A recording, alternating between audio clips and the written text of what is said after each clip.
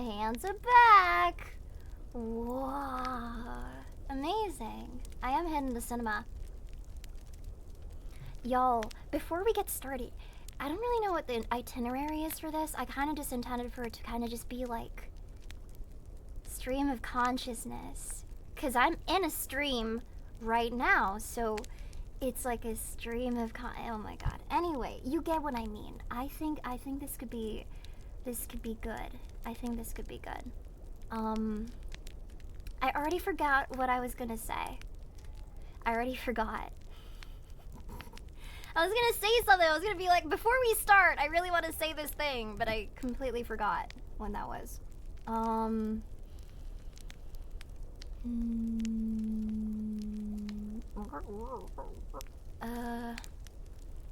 No. I think we'll just ignore that I had something to say.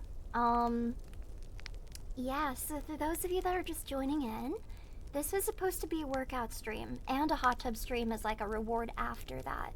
But then I got carried away setting this up, and I'll show you exactly why this is so freaking cool, like this whole environment, why it's so cool in just a bit. But,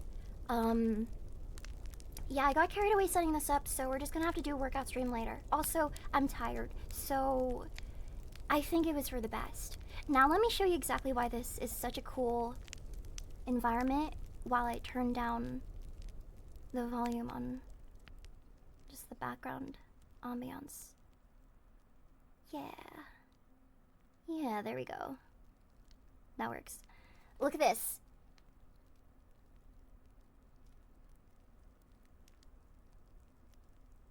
It's a rejuvenation spa.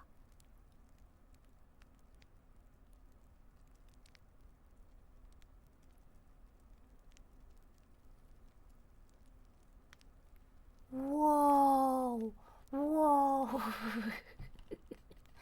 Crazy stuff. Haha, splashes you. But like, I thought this was so cool. I thought that was so cool. I think that's super cool. I'm glowing. Chernobyl water, the frick are you saying? What the frick are you saying? No, this is regular schmegular rejuvenation water. Nothing you should be particularly worried about. But yes, I remember what I was gonna say at the beginning of the stream. I've been watching so many movies. And I think because of that I've been extra talkative because I have stuff to talk about. But I've been going to the movies. I've been using audios as kind of an excuse to go to the movies because I watched like 2-3 movies this week, specifically because I was making an audio based on them. I watched like 2-3 movies because I was making an audio based on them. I won't tell you which ones, but you'll be able to see very soon which ones. But I wanted to make the audios as accurate as possible, so I went to the movies a few times over the course of the last few weeks, specifically to get inspiration. Yeah, Toy Story. What kind of toys are we talking about here? That'd be weird.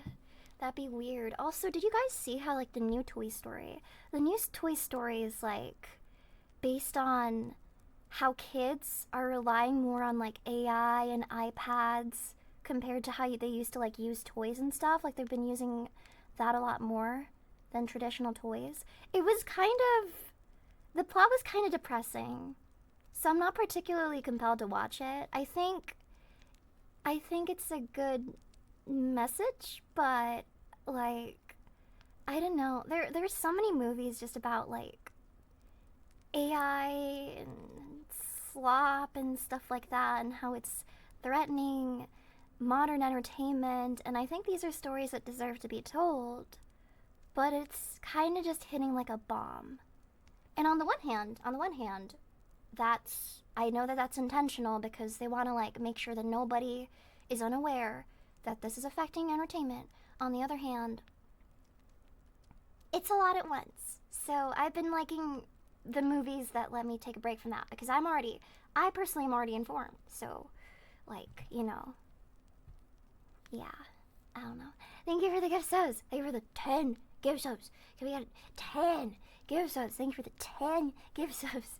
Salvin Don, thank you. I really appreciate it. The 10 big booms. 1, 2, 3, 4, 5, 6, 7, 8, 9. This always starts moving by itself. This is the 10.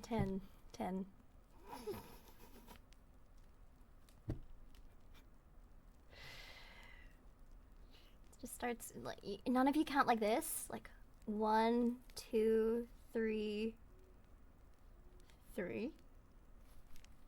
There's a reason I'm a VTuber, okay? And that kind of brings us to the topic of the stream.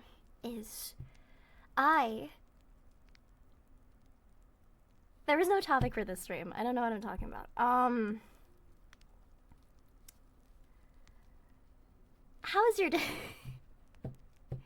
Make something up. Okay, fuck it. I'm gonna put those improv skills to the test. I, heavily qualified anime girl with significant life experience, dare I say more life experience than all of you combined, I'm gonna give you, yes you, advice. I'm not graduating. I don't know where in that sequence of sentences I mentioned graduating at all. Also, it's Father's Day. And you know what fathers are known for? Leaving to get milk. No, not leaving to get milk. They're known for being wise. This is gonna be a long stream, isn't it? It's gonna be a long stream. I'm not leaving anybody. I don't understand. We're gonna need to, okay. We're going to need to unpack some of the abandonment issues that some of y'all seem to have. Like, okay, let me pull out, if I had a presentation or like a slideshow, then I would pull it like right up and I'd be like, okay, listen. But I don't, so let's just imagine I got like an imaginary slideshow. I'm gonna point to the different examples that you've shown me over the course of the past few weeks that you have abandonment issues, okay? Case number 1. When I was doing my Tomodachi live stream, I was like 20-30 minutes late, right? Chat was like a whole shit fest. It was a whole shit fest, and we need to address that. It was like they just announced the purge was happening and everybody was scared that they were gonna get like invaded or something. And I thought that that was really funny, but also not funny, because I literally said, I'll be back. But then everybody was like, it's so over. She's never gonna be back. Tell me about that. I wanna listen.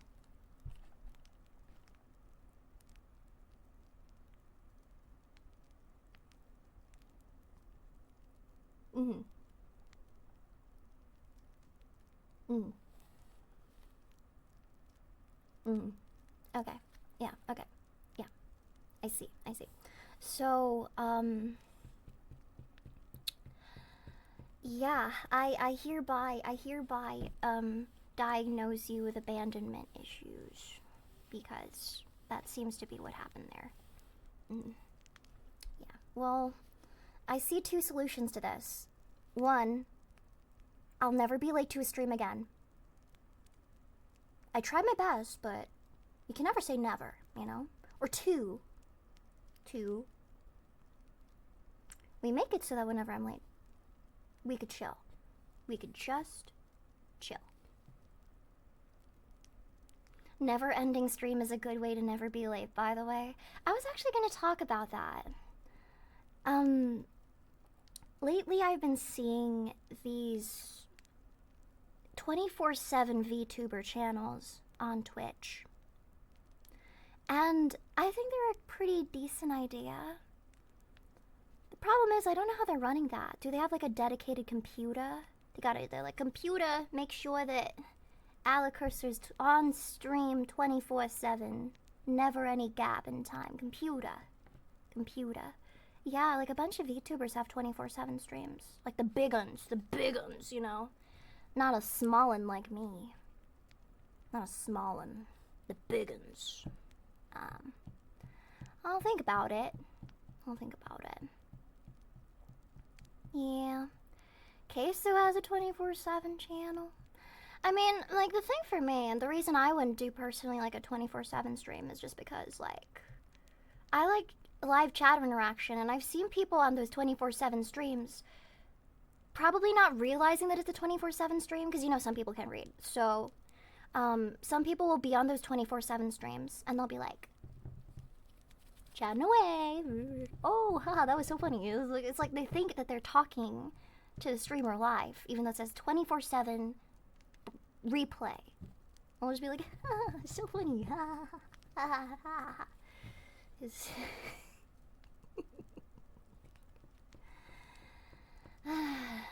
I'm gonna be honest. It'd be kind of awkward if I've like let's say there's one of those days I forgot to like silence my phone for the night, and then I got a notification, and it's like, Allie, you said this on stream. It was so funny, and I'd be like, what do you mean? What? I wasn't. Oh, 24/7 stream because I wasn't live. Yeah, this is not pre-recorded. Though who's to say it isn't? You know, I mean, that chatter over there, a strong cronk over there, that could have just been timed. Prove it. Okay. Prove it.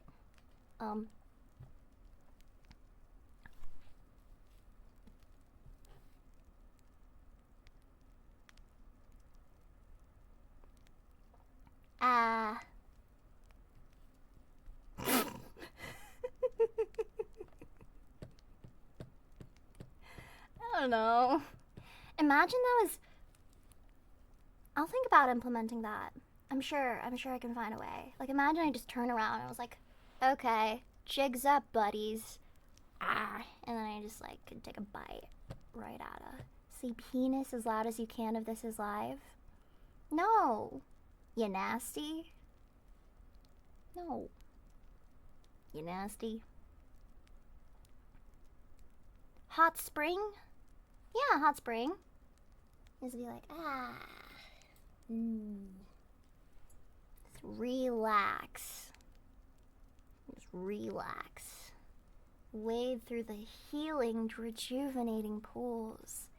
ASMR.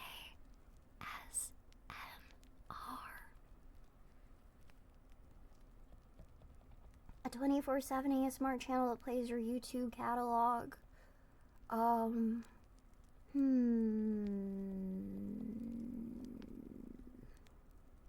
I've thought about it before.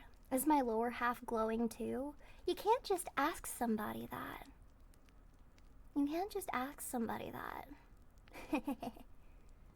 You glow down there too. What is this? Korean manhwa. You know how in Korean manhwa, like in Japanese manga, they got the black bars for censorship. In Korean manhwa, it's like glowing. It's like a lightsaber, a splash of light in the dark. It's really funny. Manhwa. Shines bright like a diamond. Yeah. Bless? Okay. Go ahead. Yeah. Wait, that makes me feel old. Never do that ever again. Where's the ring? I don't have a ring. I don't wear rings. What? Yeah, I don't know.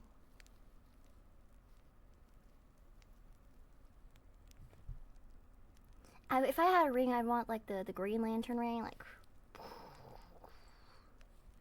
I would get up to some crazy stuff with the Green Lantern ring, I'd say. Be a real fun time. Why the Green Lantern ring? Because I want to do stuff. I want to have a superpower that's like basically whatever I imagine. Just like. Yeah. Do you ever wear a bikini IRL outside? No. I never wear anything that isn't a big old hazmat suit whenever I walk outside because I need to take care of my skin. So I only wear hazmat suits to go outside. It also helps prevent people from recognizing me. Yeah, it's like the back rooms. Everywhere is dangerous. You gotta be really, really careful. Yeah.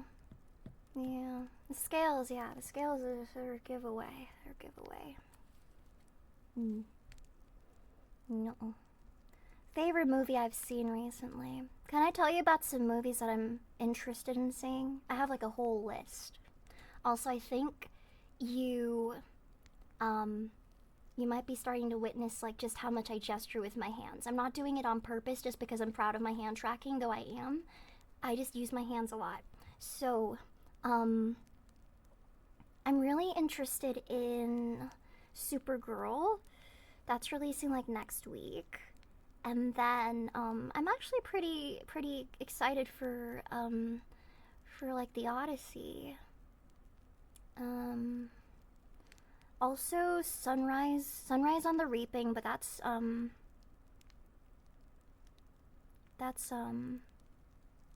November. What else? Spider-Man New Day, Dune. Dunk. Yeah, Dunk is gonna be exciting. I'm gonna be honest, Dunk has been a little bit of a it's because of the font, it looks like Dunk. It's like that's not an E, that's a C. It's Dunk. So, I would say that I like Dune, but the movies for me, they were a bit of a grower. They were a bit of a grower for me.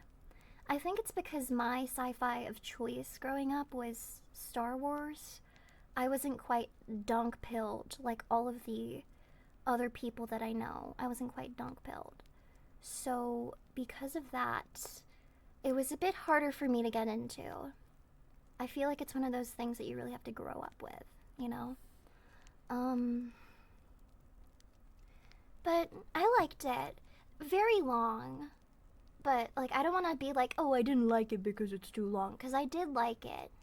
I don't have bad attention span, I promise. But yeah, Dunk I'm looking forward to, but it's not like, whoa, ooh, ooh, for me, you know? It's like, ooh.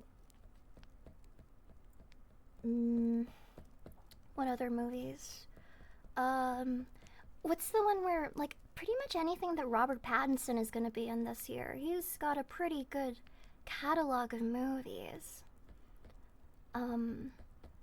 One of them was Prime Time. I was actually kind of looking forward to it because the trailer was so cool for Prime Time. That had like a really cool trailer. The drama, yeah, I also want to watch the drama. He has like a whole list of movies. Yeah, he is in the Odyssey. That's why I mentioned the Odyssey earlier. Yeah, let me think. What other movies are there?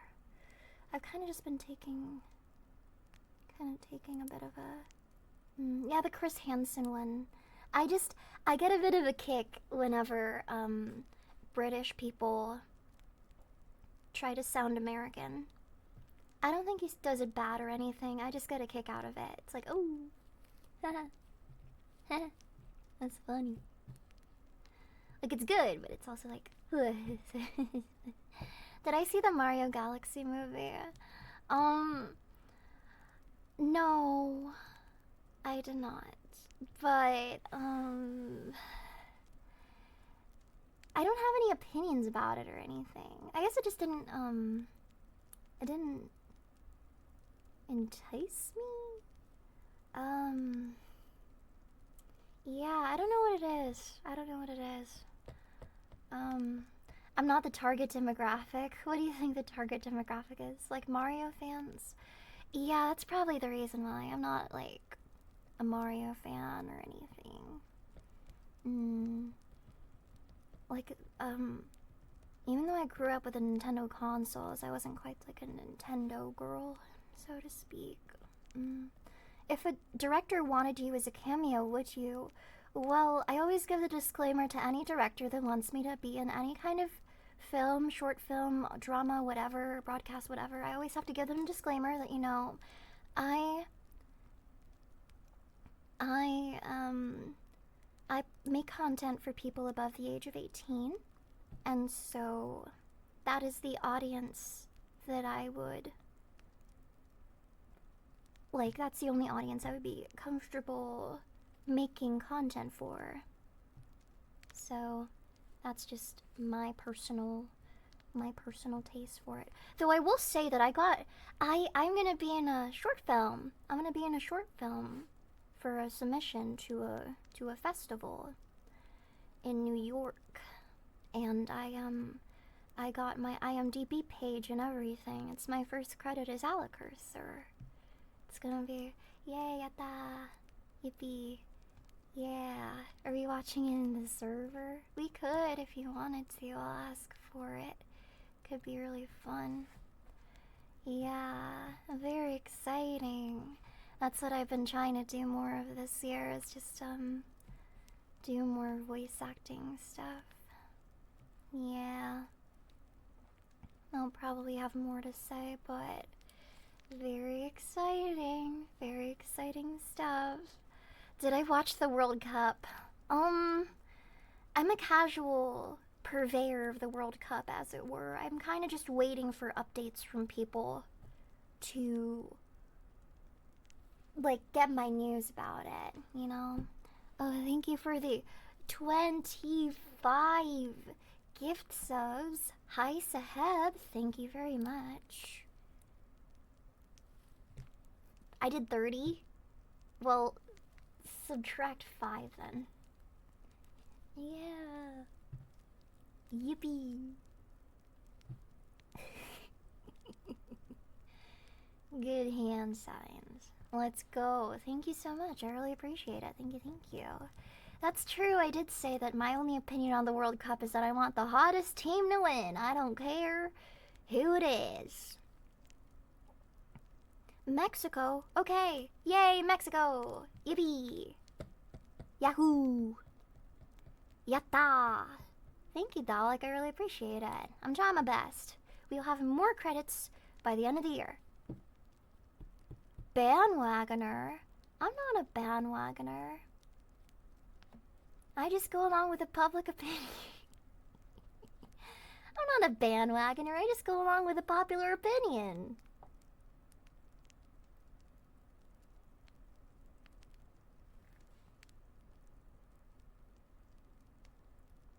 Thank you for the gift sub, Northern Akami. Thank you.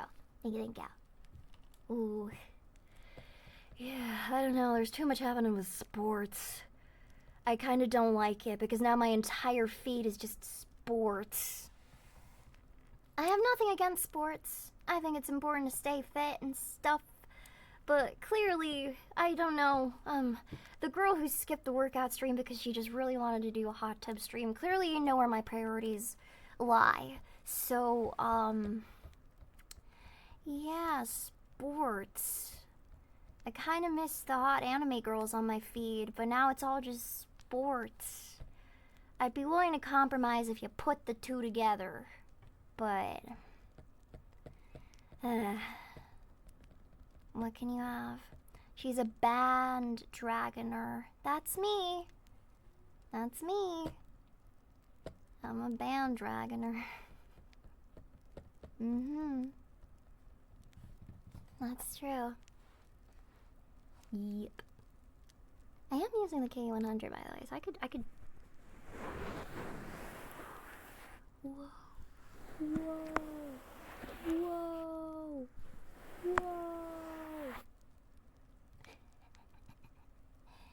Whoa. I'm not gonna pour water on my K100.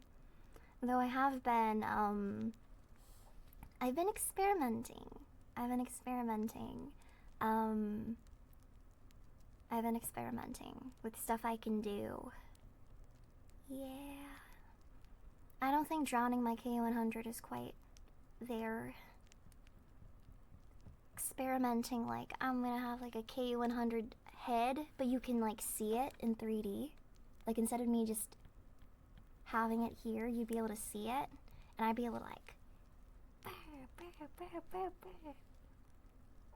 Have I named it? It's called Chat. Not very creative. I feel like that's pretty common. John ASMR. Hey guys, today we're here with John ASMR. Imagine, oh my god, imagine I got my microphone customized so it's like a wanky head. Like, you know how, like, okay, for those of you that are not familiar, my mascot for my chat is a guy with a TV head and a suit. Imagine if I customized my KU100 so it's literally just like a TV. That'd be so funny. Yeah. I'm not gonna use my actual CRT TV. That thing was like 50 pounds. That was like 50 pounds. And you bet I haul that motherfucker right up to my streamer room. Yeah. I low-key stream from, it's not quite the basement, but I low-key stream from the basement, so you bet your ass I had a bit of a hard time just hauling that thing down like a flight of stairs. I had to haul that whole ass 50-pound TV down a flight of stairs. And that was not fun. I had like 5 bruises at the end of that. It was real thick. The issue wasn't even the weight. This flex. It wasn't even the weight. It's not like, it's like... Sorry, I didn't mean to hit you. But like, imagine like my arms are like outstretched like this. That's still not enough to fully carry it. So I was kind of just like the whole time kind of balancing it on a leg. Just, it was not fun. Are you sure you're 5'11"? You know, it's really tough being 5'1", but sometimes people just don't believe you when you say you're 5'4". And that's because people have a really hard time understanding what it's like for somebody that's 5'11". And it's really hard when you're 6'2", but that's just sometimes what being 6'5" is all about, you know? So, what can I say? I guess you could say I have height problems. 6'5" in dog years? That's good. That's very good. That's funny. You're funny. Yeah. The Lakers need a center. Alekirser, where are you at? What the fuck? I know nothing about basketball. All of your ball jokes, they fly right over my head. It's Father's Day. We need a bunch of dad jokes. All these ball jokes fly all over my head all the time. His balls all over the place.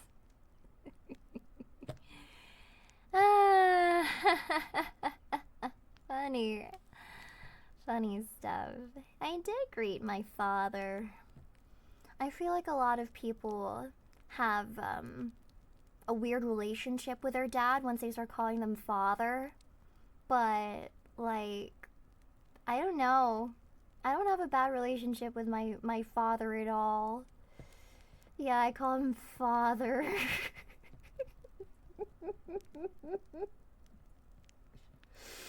Because daddy's kind of weird. And dad's like, I don't know, like, hey dad. I'm like, hi father. Hello father. But I don't call my mother mother, I just call her mom. Father is respectful, I would say so. Poppy! My god. Poppy's crazy. Poppy's crazy, dude. Like the FX song. Poppy's crazy. Poppy's ruined. Yeah, Poppy's ruined. Poppy's ruined. I call my dad by his name because he gave me the short jeans. Is that like your punishment for him? Like, you made me short. You don't even deserve to be called dad. What?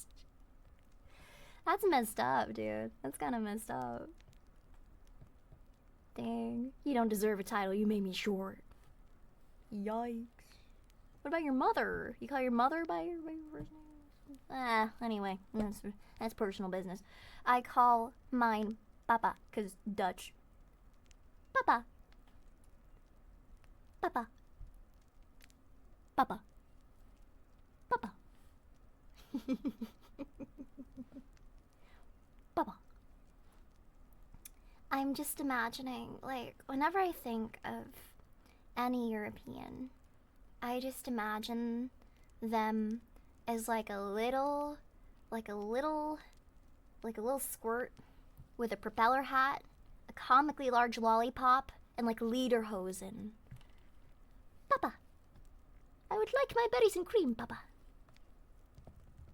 Yeah, I love Europe. I wish to revisit. Papa. Well, thank you for continuing the gift sub, Kumori. Thank you, thank you. Wait, I know you. Kumori Illust. You're the artist on Twitter that keeps drawing my extremities.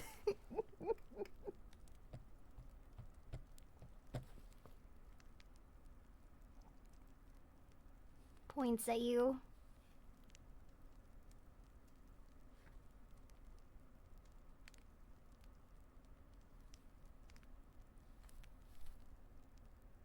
Caught you red-handed.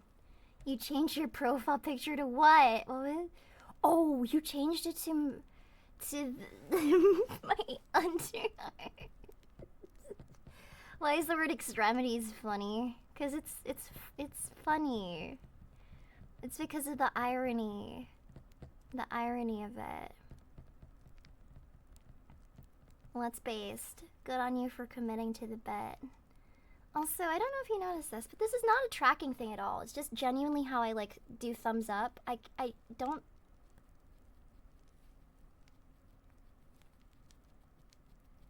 I'm double jointed on my thumbs.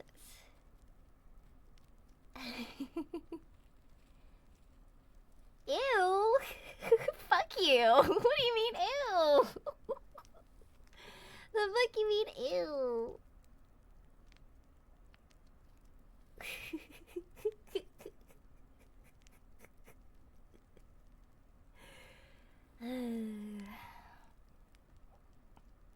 On the model, it looks kind of gross, but that's how my finger looks like in real life, is that it's kind of weird and bendy. Damn, I guess I can't completely be myself with you guys. I'm gonna leave and descend into the water.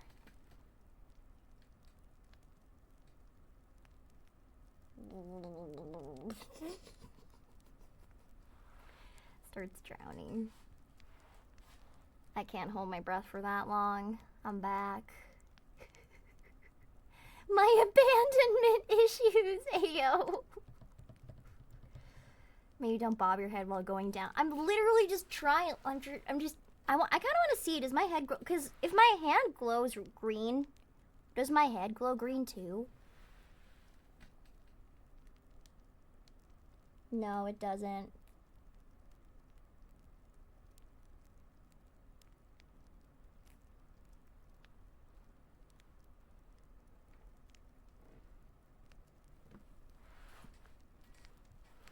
Anyway, we were talking about movies.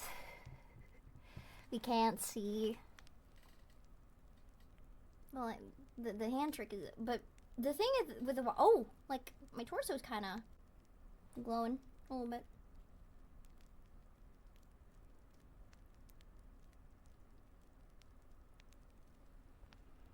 It is trippy. I gotta step back. I would.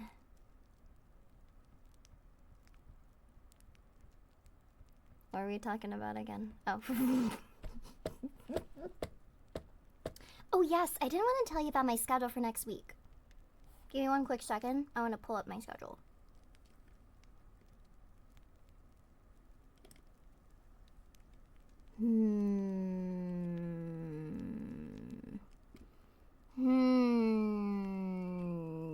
Okay.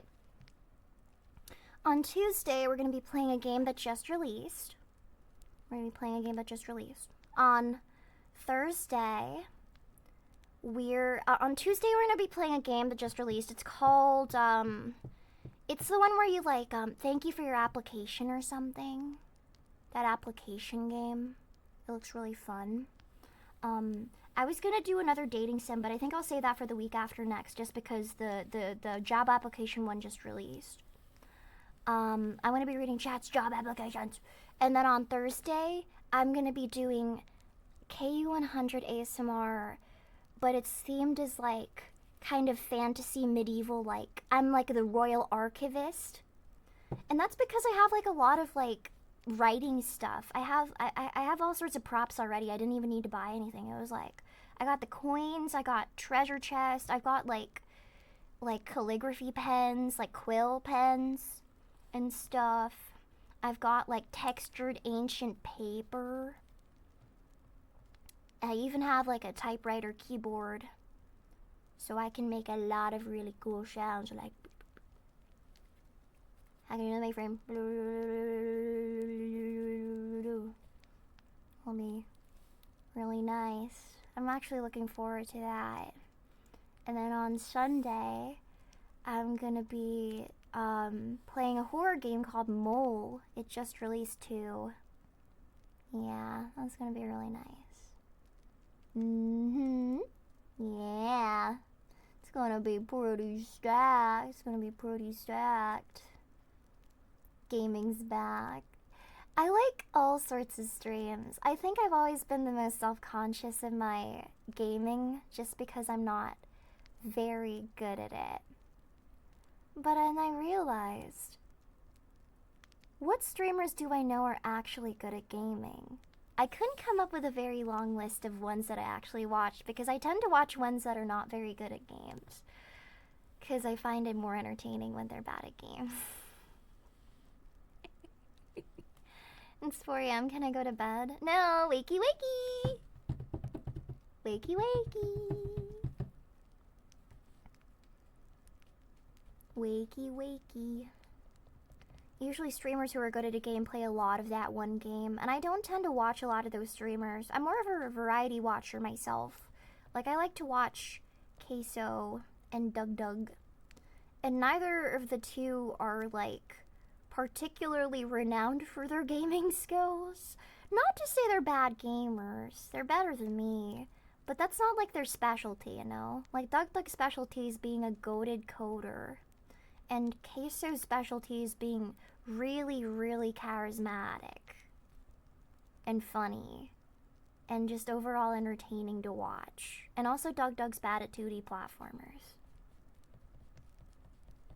Yeah. I don't repeat a lot of games, and that's very deliberate. It has to really strike me, and also because I don't stream that often in a week. For me, it's a matter of, like, I prefer solo experiences that are easy for people to join and not have context to watch me play. And I do want to play longer streams in the future, because I do love a lot of, like, regular long games, like Borderlands and Skyrim and all that. Those are all my big loves and stuff. But yeah, I prefer ones where you can just jump in and ones that like capture my attention, just because I got a lot going on. If I was a full-time streamer, I'd play a lot more long-form games. Like, to give you an example, if I didn't do any voice acting, no ASMR, none of that, then I would probably stream like nearly every day. Like, nearly every day for, like, the full-time length of hours. But because I do other things, it's like cut short. And it would be kind of weird, yeah. For me personally, at least. I think I like that it's, you know, just for me. Do I like BG3? I do, and I love Shadowheart. I'm a big Shadowheart enjoyer.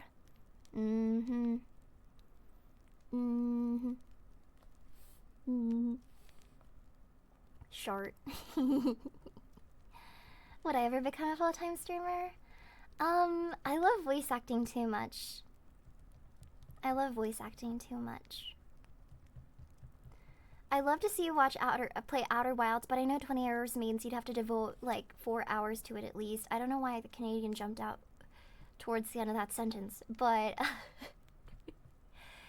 I mean, that's kind of what I'm expecting July is for. Wait, why did I mention a specific? I didn't say July. I'm just joking. I didn't say anything. There's nothing to look forward to in July. I didn't say anything. I didn't say anything. But like I have deliberated the possibility of doing longer form stuff. I'd probably start with Borderlands, but I'm open to other experiences.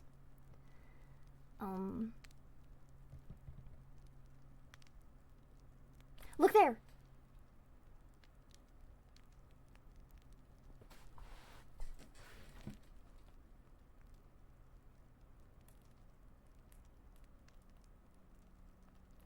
Whoa, I guess that wasn't anything.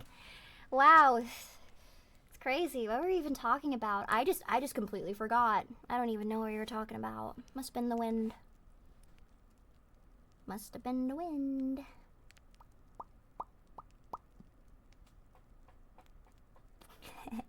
You know what I want to do? I eventually, like, I really want to test 3D and how far we can go with 3D. Imagine I was in a pool and I could reach down and pull out a fish.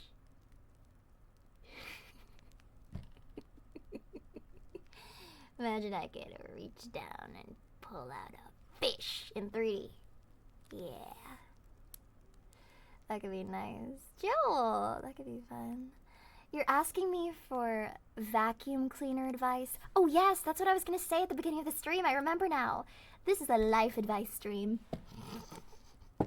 I will, you know, give you life advice.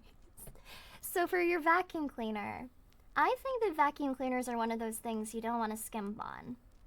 I can say that about a lot of things, but vacuum cleaners especially, you want to invest in something pretty good.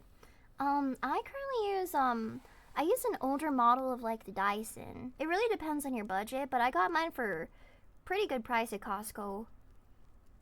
It's like the V8 or something, the Dyson V8 vacuum cleaner. It's incredible. You need a wireless vacuum.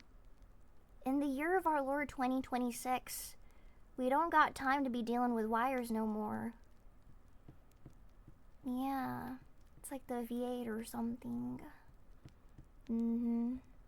How do you best clean a carpet? So usually what I'll do is I'll open my mouth and I'll go gulp. And that usually does the trick.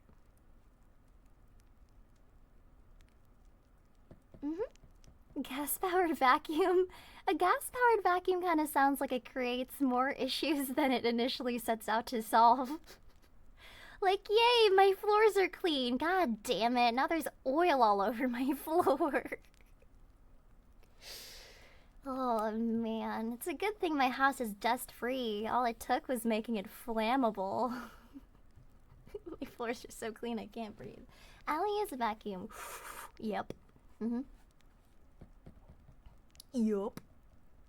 Hypothetically, if a group of 16 rodents stole a Ford Focus 2018 model and are fighting over the owner whenever you get nearby, is it worth fighting to get it back, or should I hypothetically get a new one?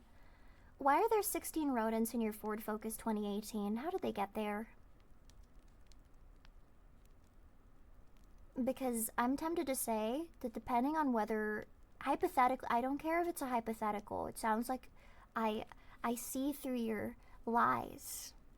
Real eyes realize real lies. And right now, I think your hypothetical is real. So, I'm going to tell you this right now. I think the rodents, they own your car. You should give it up, buddy. That Ford Focus is the rodents now. It belongs to Remy. He's going to drive it all the way up to Paris and open up a restaurant. They're gonna film Ratatouille too.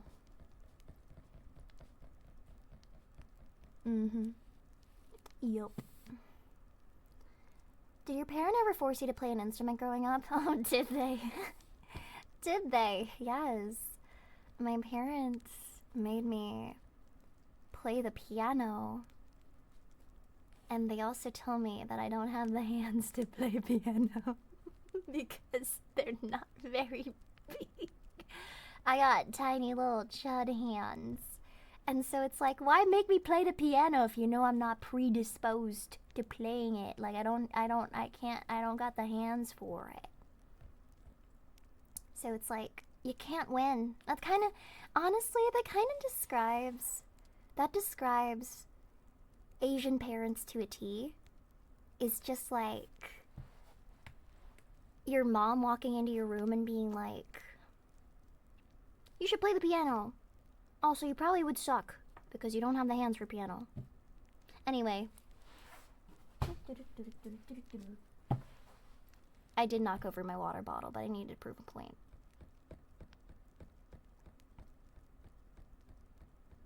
Yeah. Did anyone in your family have the box drum thingy that you sit on? The cajon? Yeah. Literally translates to like the box. Yeah. I had one of those. I had that. Mm-hmm. The cajon. The cajon. I found a $20 Steam gift card. What do you recommend I get? That's a good question, chat. Let's hyperfixate on this one question for like the next hour. So, Steam gift card, $20. My first piece of advice, I don't know if those things expire. You said you got it a few years ago. Do those expire? I think they're no longer selling them. Can you still redeem it? Did you already redeem it? So make sure it works first. Because I'm thinking like, Steam gift card. Anyway. So, you got a Steam gift card, $20. Wait for a sale. I'd say wait for a sale. And, if you're doing it right, you should be able to get a whole bunch of games. Indie titles will probably be your best bet, because the way I'm seeing it is it's probably going to be like a whole bag, a whole bushel of indie titles during a concentrated Steam sale, or you're going to get like one really good game, but it's like by a major studio. I'd rather you get a full bag of indie games and just give it a shot, like those games you've been wanting to play, but maybe we're like, I don't want to get out of bed to pay $5 for this game, that sort of deal, you know? Yeah. Also, the indie developers could probably use it more. Yeah. It's your birthday. Happy birthday. What you should do if you're choosing between watching my stream and touching grass is you should go outside and then pull up my stream so you can watch while you touch grass.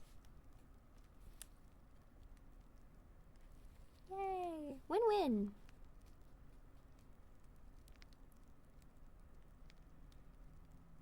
Have I heard about wrestling? I freaking love wrestling. Chat show me all about wrestling, dude. I love wrestling. I'm invested.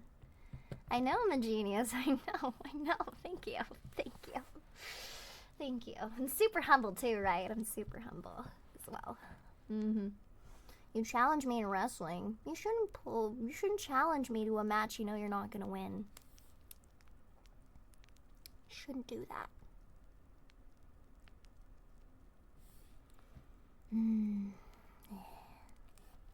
So much. Thanks for the 2 months, Confessorius. I was gonna call you a Confessasaurus. Confessasaurus kind of sounds like the name of like an ASMR girlfriend VTuber that's also a dinosaur. The Confessasaurus. Damn. What's your favorite M&M color? The green one. Which one's the baddie? It was the green one and then the... Which one was it again? There was the green one, there was the brown one. Yeah, the baddies. I like both of them. I think the brown one was the one that had the brown M&M was the one that had the glasses.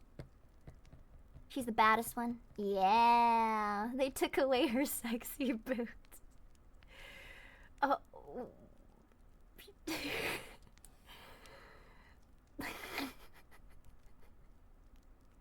We're not getting into this discourse. That was so weird. Why was he going off on a whole tangent about how he took away the nuts? Let's okay. So let's establish though that the brown M&M is the baddest M&M, I would say. Like, oh god. All right. Yes. Take a look over there. Take a look over there. Take a look over there. Yeah, where? Oh. Whoa. Whoa.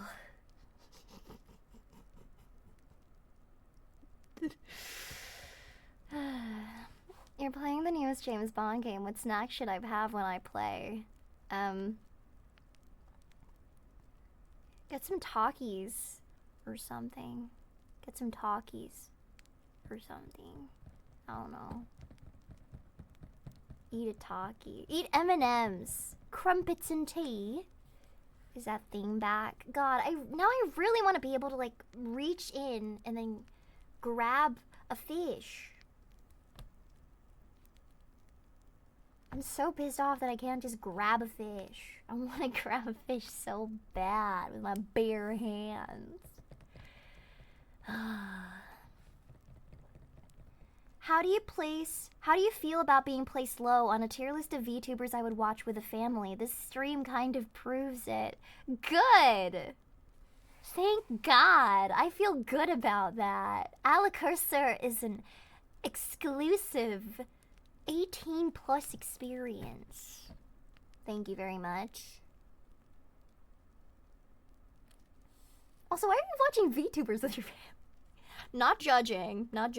I know there's some VTubers, like Hololive especially, likes to market certain VTubers as like very kid friendly. So like Gura. I'm sad, Gura. Cause you know like how you'd see like the little babies waddling around in their little Gura outfits, like yeah,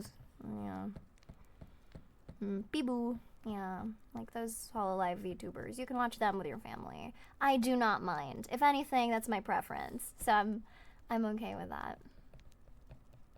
Do I have any advice for insomnia? ASMR can help, but it's not a replacement for genuine medical advice. Obligatory statement. So, yeah, just keep that in mind. Keep that in mind. Yeah. Your opinions on chicken burgers? I'm a really big fan of like ground chicken. Ground chicken makes me happy because you can turn it into so many yummy things. I'm a big fan of ground chicken. So I don't mind chicken burgers. Yeah. Especially, oh my god, ground chicken.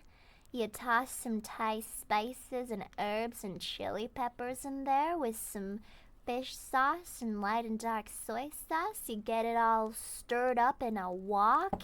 You add your vegetables and your rice to it, and all of a sudden it's a party up in there. It's a party up in there. Way too much work. Well, think about it this way. This is kind of how I do it for me, is if I'm making a very small portion, I don't want to bother with all the bells and whistles, you know? But if I'm making something that takes a lot of effort, I'm gonna make it in a big portion that is easily stored, and that way I can still reap the benefits of cooking a really complicated meal over the course of a few days. Like, that's kind of my philosophy, and I see it as very time-saving for me. Yeah, of course I make good points. I can give advice. Yeah. I also just really like my oven. I like my oven because ovens are kind of cheats, especially if you make those sheet pan meals. That's what got me through university, was a lot of sheet pan meals. what I do is I just lay out my asparagus and my potatoes and my salmon, my herb crusted salmon with lemon drizzled all over it. I just pop it in the oven and all I gotta do is let it do its thing, and all of a sudden you got a full meal. I freaking love my oven. What's your least favorite musical genre? It's hard to say. That's like one of the hardest questions for me to answer because I like a lot of things about various music genres. I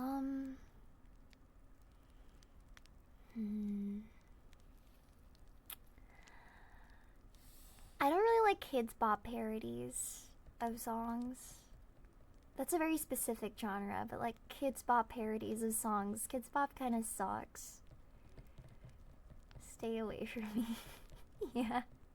What did I think about the Amazing Digital Circus finale? I haven't watched it yet. But I've already gotten all the spoilers because Twitter can't shut up. I should? Okay. Well, I already know what happens, but I'll watch it. I wanted to wait to watch it, and then I'm like, my chud ass was scrolling through Twitter, and I got all of the spoilers. It was nasty. I'll watch it for the experience, yeah. I mean, I've never had problems with it. I've watched Obsession like 3 times already. When I like something, I just end up watching it a whole bunch of times. I thought you were gonna watch it on stream. Yeah, but I can't help if I accidentally get spoiled because Jack's Lover 420 decides to spill the entire like freaking can of beans all over the timeline. Like, that's not my fault. It's not my fault. What do you prefer falling asleep to? Satisfying noises, satisfying music, or girlfriend ASMR? I can listen to all 3 and fall asleep, to be honest. I like both.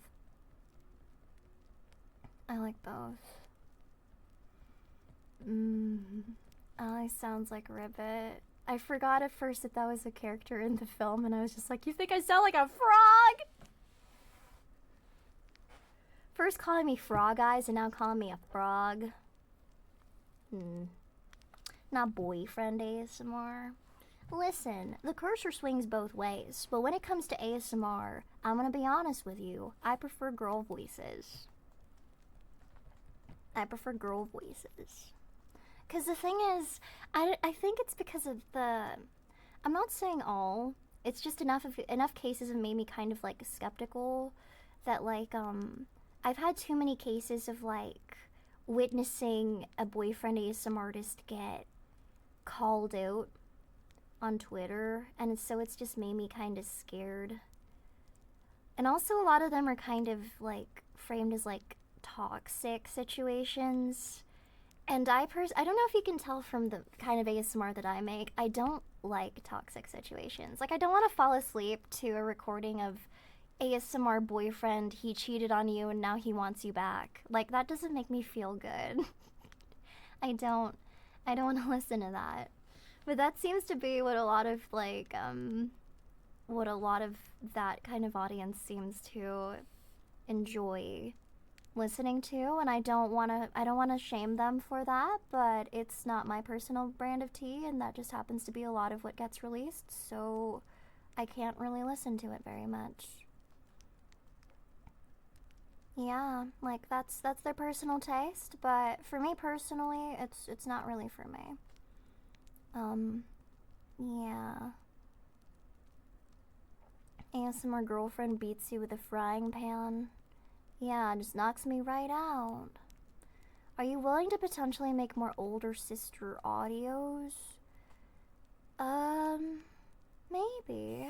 I'm very vibes based when it comes to my ASMR, so I can kind of peel the curtains back a little bit and tell you a little bit about it. So, I tend to make my schedule and I plan out my audios by the month. I used to do it by the year, and then I realized I needed to be more flexible because so much happens in a single year. I need to stay flexible, so I usually plan it out the month ahead. That's a lot more manageable for me. And I do it because I need to let Azuki know the thumbnails that I'm gonna need, because I commission original human art for every single video that I make. And so she needs to know in advance what I'm making. So all of those thumbnails, she works really hard to get them done every single month. And I just tell her, like, okay, this week it's gonna be this, next week it's gonna be this, that. So I have all of my audios planned at the beginning of the month. And I say all this to say, like, if you want me to make a specific audio, your best bet is to give me recommendations towards the end of the month, because that's usually when I start making my schedule.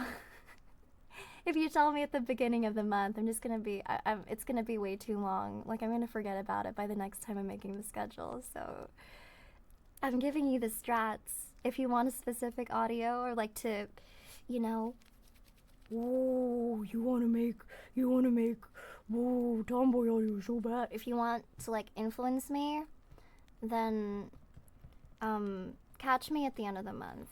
For streams, I'm a lot more flexible because I change my stream schedule. Like, I have my stream schedule planned up until September right now. I've moved around a lot of things, and I change it every single week because I always find out about a new game or a new, like, cool thing that I could try.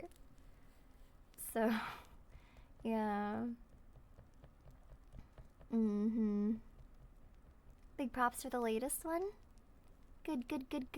I mean, I would be really happy if it fixed anyone's insomnia, but I don't know if it works like that. Like I said, ASMR is not a replacement for proper medical intervention. Your girlfriend is secretly a still life from the back rooms, and she just eats you. A lot of you want to be eaten. It's funny. Let's unpack that. Let's unpack that. We have to unpack that. I'm gonna drink some water. Jeez.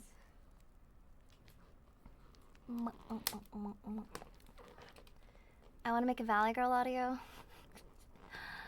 Twist my arm. Twist my arm.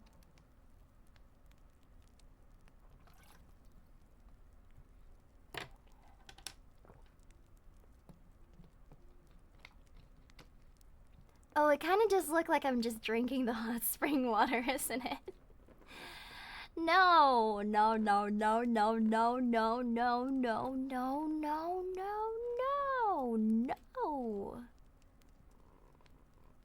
That's not what's going on.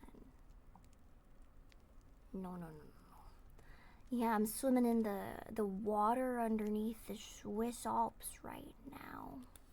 It's clear as day. It's the reason my arm glows like it's radioactive as soon as I start dipping my hands into it.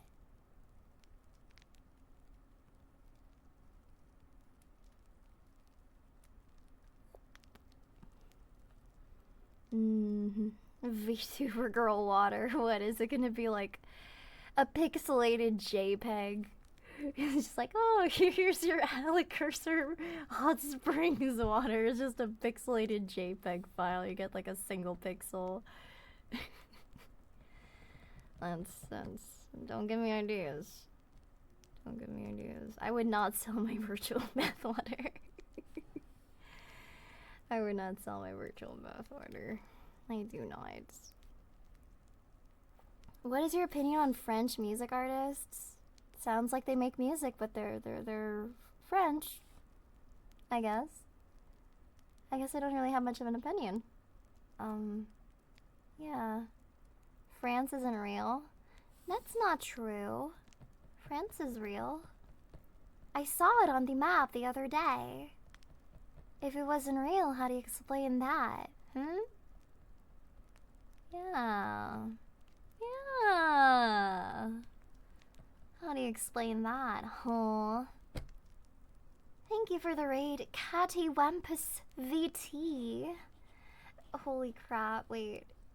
I want to give a shout out. Let's see if I can manage this with my hands as they currently are. Okay, let's see. Shout out. Boop. There we go. Hello, hello. Oh, I'll give you a follow as well. What are you guys up to? We're just hanging out. I'm giving chat some impeccable life advice while I swim in radioactive spring water. I'm willing to field any and all questions. And again, thank you for the raid, Cats. I really appreciate it. Thank you, thank you. Life-changing advice. I mean, so far it hasn't been so much life advice as it's been like, what are your thoughts on rodents infesting my Ford Focus 2018? Or like, what kind of vacuum cleaner should I get? And I'm giving you the shot to ask me riveting life questions, chat. Do you not trust the anime girl in the bathwater right now? My God. Okay, let's see. Come on, let's see. How do I develop my 401k at a healthy rate? I might actually, this is like one of the only questions that I can't answer because I'm Canadian, so we don't have 401ks. I can tell you about the TFSA and the RSP. Is lava wet? Incredibly so. Especially when you get it excited. Yeah, I'm Canadian. But any of you, like, my audience is like 70% American. You can, like, let that question, you know. Riveting life advice. Yeah, but like, this is region-specific life advice. Thank you for the gift sub, thank you. What do you do when you have a bunch of ideas but no drive to follow through on them? So, I will say this. I'm the kind of person that, like, at the very least, whenever you get a bunch of ideas, the best thing you can do for your brain is write them down. That's already better than just having the idea and letting it go. I know a lot of people have different opinions about whether you should, like, use to-do lists and all that stuff. But I feel like once you've written it down, you've already written an intention to, like, at the very least, think about that idea later. And having a good system for capturing those ideas makes you a lot more likely to follow through on them. That's true. Thank you. Yeah. Notice how I didn't say, you just gotta force yourself to do it. I might have said that a few years ago, but I'm starting to learn that, like, God, we only live one life, and if you're feeling demotivated and burnt out, maybe it's more a symptom of the conditions that you're forced to work through than your own, like, inherent lack of drive. Because people are forced to, like, blame themselves for having little drive all the time, and we're never, like, really given the opportunity to question whether the reason we have a lack of drive is because of the circumstances that are outside of our control, and it sucks. Should you move to Canada? Not right now. I think everybody should kind of just, like, you know, just think a little bit first before moving to Canada right now. Moving is expensive. What's it like in Canada? It's like, you know, you wake up, you go to Tim Hortons, you go home, you do work, you know, you have lunch, you work out, you do some more work, you clock out of work, you go to bed. Life, you know. What country should we move to then? Fuck if I know. If I knew what country you should move to, I'd just tell you to move to wherever I moved. But also don't. Because then everybody would just be moving to Canada.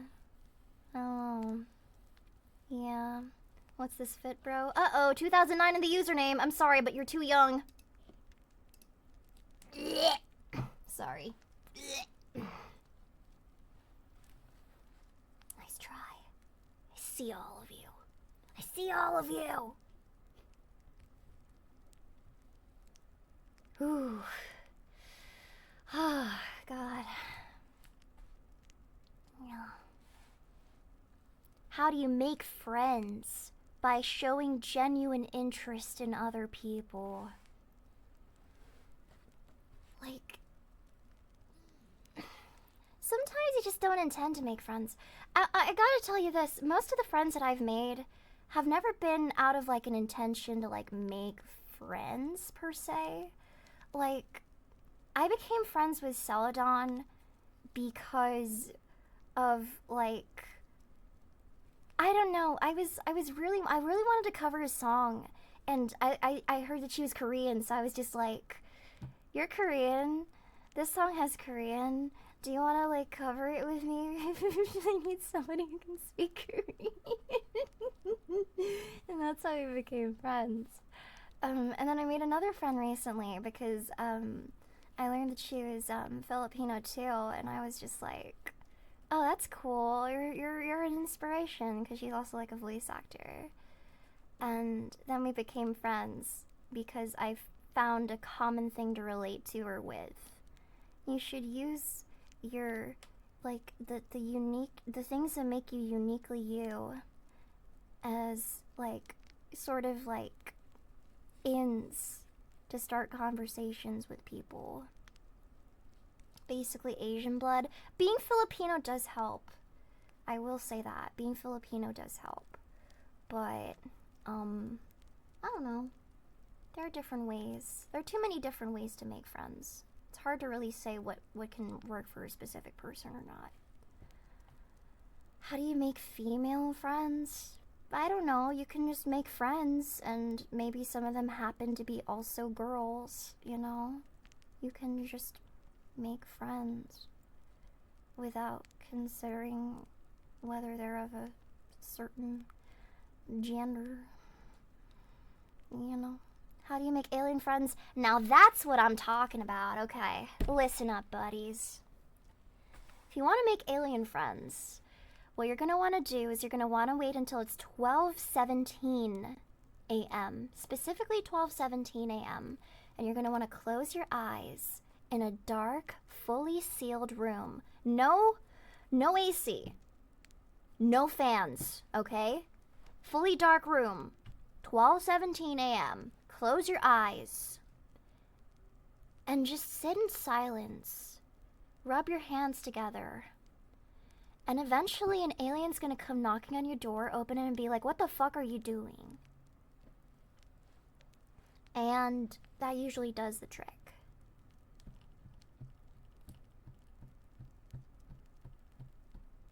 I'm not trying to get anybody killed. I'm trying to get you alien friends. You're welcome. You're welcome.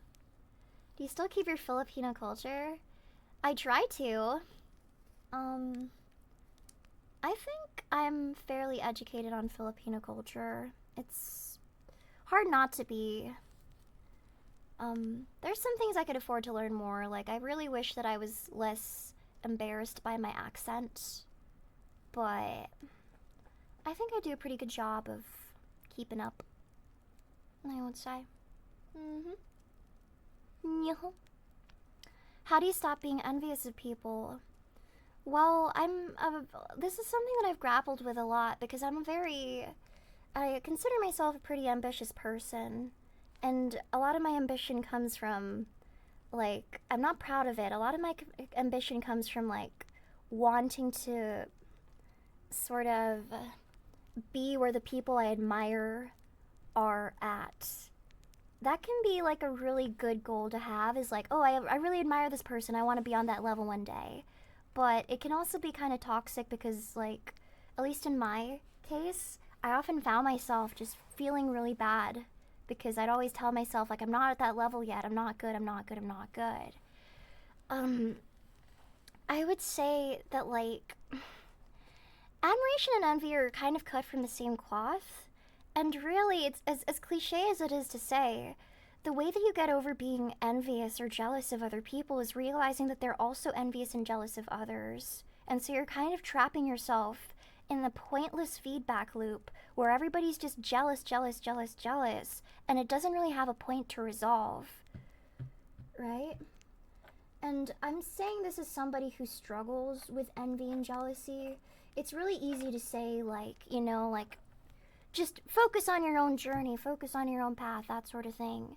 But I think there's a way to specifically phrase it to the people that have heard that many, many, many, many times in a way that'll finally stick in their head. And for me, it was realizing that, like, it was just really, really unproductive and literally added absolutely nothing but worry to my life. Being envious of other people. Legitimately. Like, I read somewhere that, like, being, like worrying is literally, like, one of the worst uses of your time you could possibly have. And we only have so much of our time in the world. So we shouldn't spend it worrying and, you know, like, I don't know, reaching an ideal that might not even be for us. I know when I started, I was very jealous of specific voices and specific talents. And I still ended up doing really well on my own. But that was by kind of, like, trial and erroring the shit out of my own path and figuring out what worked for me. I also took a course recently from this voice actress that I love and I've admired her for so long, like since I was a kid. I was grateful enough to take one of her courses recently, and she basically told me exactly that, where I was just like, you know, a lot of other people in this industry have the same voice as me. They have the same, like, there are lots of very talented voice actors out there. How do I stay motivated? And she just said, like, the skill is not, like, it's not a matter of skill. It's a matter of, like, you know, how bad do you want it? How hard are you willing to try even after you're rejected? And none of these questions at any point in time have ever been contingent on how good somebody else does or how skilled somebody else is relative to you. It's always just how hard are you willing to try and how bad do you want it. It's always about you. And I guess kind of unpacking that, like, focus on your own journey thing and, like, distilling it into those specific mindsets and steps, like, it really helped me get over that. That's a very long answer to say what you've already heard, which is that you're on your own journey, and comparison is a thief of joy. Are your classes a part of a program? So the way that voice acting courses often work is that they're individual courses that are kind of like a boot camp. You meet maybe once or twice a week for around an hour or so, and they'll talk about anything from marketing to skill to all that stuff. And it's not quite like school, but you do get the chance to write on your resume, like, I got mentored by insert voice actor here. So that's really nice. And that's the thing about voice acting, is you don't really go to a school for it. It's not like a formal education thing. It's very much a trade that you have to go to courses for. Love seeing you get into these deeper things. Oh, thank you. Thank you. I'm a big yapper. I love every opportunity to talk. What is a good way to stay motivated when you feel stuck in life? That's a good question, and I think that's, like, kind of what everybody has to try and figure out every single day.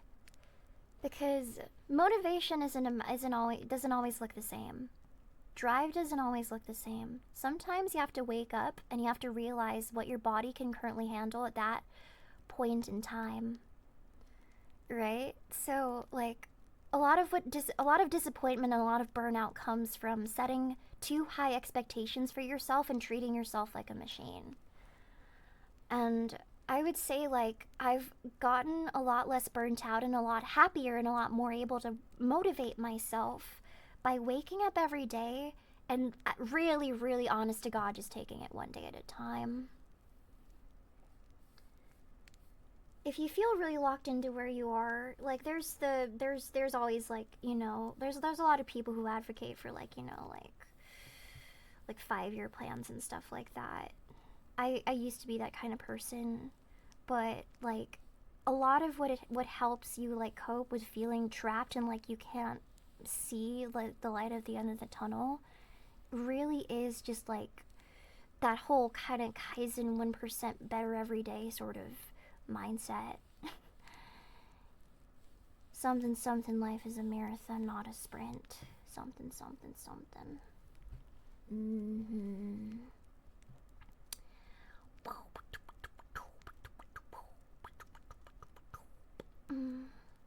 That one's a pretty deep one. How do you get over bodily insecurities? I think a lot of us have those. And a lot of answers work for very different people. Something that's helped me at the very least is somebody that's always been very, very hard on myself with regards to that. Especially, especially being really, really into like fitness and stuff. There's always like I found like this mantras like about like, you know, like your body's gotten you through so much and it's fought off so much, and it's like literally like it's capable of like regenerating itself, getting you through like the wear and tear of the day-to-day. It's a very impressive vehicle, and you need to be treating it with the respect that it deserves, which also means being tolerant of it even when you don't feel like it's at the best kind of like form or shape that it could possibly be in. Like, I don't know. I like something that helped me was that I'm friends with a lot of influencers, and a lot of them have asked me to help them take photos and stuff, and a lot of it really is just a lot of like trick of the light posing. It's a skill in and of itself, and most people IRL can't just be expected to look like that every day.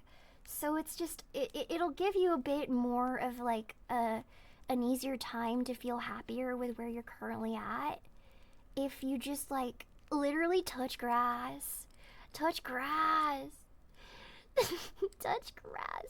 You'll see so many normal bodies and so many like more realistic expectations, and you'll realize that there's just so much out there, and the only person really worrying about all of those little things, that little mole on your back or like the little rash that you have that doesn't seem to go away, the only person that really worries about that as much as you do is you. It's it's true. Also, get off looks maxing TikTok, please. don't fall for that bullshit. It's so toxic and it's so nasty. How high are we right now? Stone cold sober. Stone cold sober, dude. Stone cold sober. Hi, Lucia. How's my mewing practice going on these days? God, I used to unintentionally mew, and that was so fucking nasty. It was so cringy.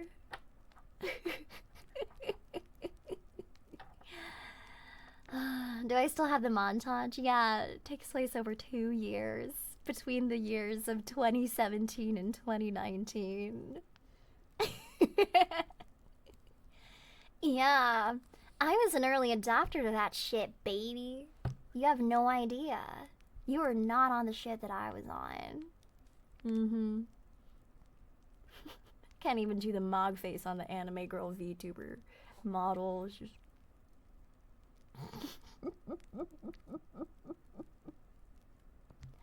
How do you become friends with a dragon? You have to be rich. Really, really, really rich. And you gotta smack gold coins against her face. I'll be honest with you.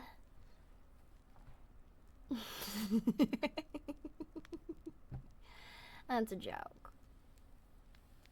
Most of us are out of the running. I mean, Allie's only a half dragon. Maybe she doesn't have that.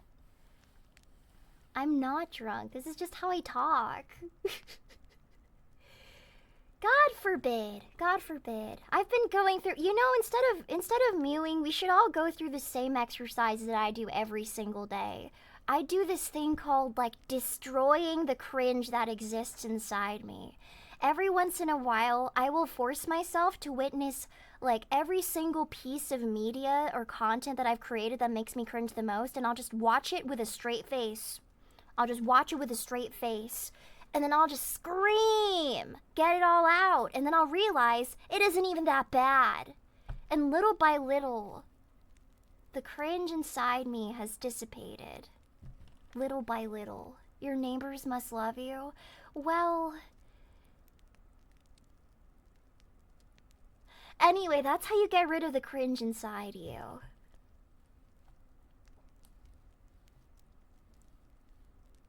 Yeah. Also, hi Lucy, I hope you had a good stream. Thank you for the rain.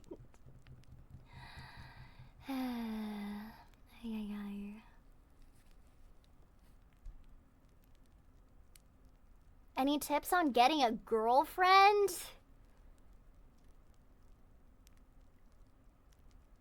You may entice her with a piece of cheese. Like, you may always entice a girl with a hearty wheel of cheese, the finest across all the land. Not boy cheese. Oh my god. Get your minds out of the proverbial gutter. Women are very fascinated by cheese. So like a nice old like Skyrim-esque wheel of cheese. All you gotta craft singles. Well, you know what, King? You're gonna find the girl who's into that. It doesn't matter if you're brie, pepper jack, or mozzarella, or parmesan, you know? You'll find somebody that vibes with your flavor. What the fuck am I talking about?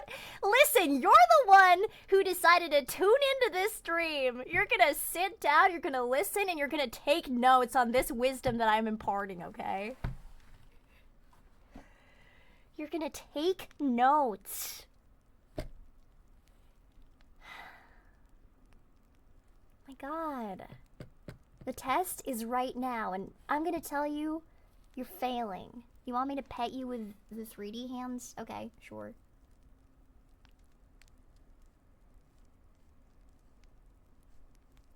Bop. Bop. Bop.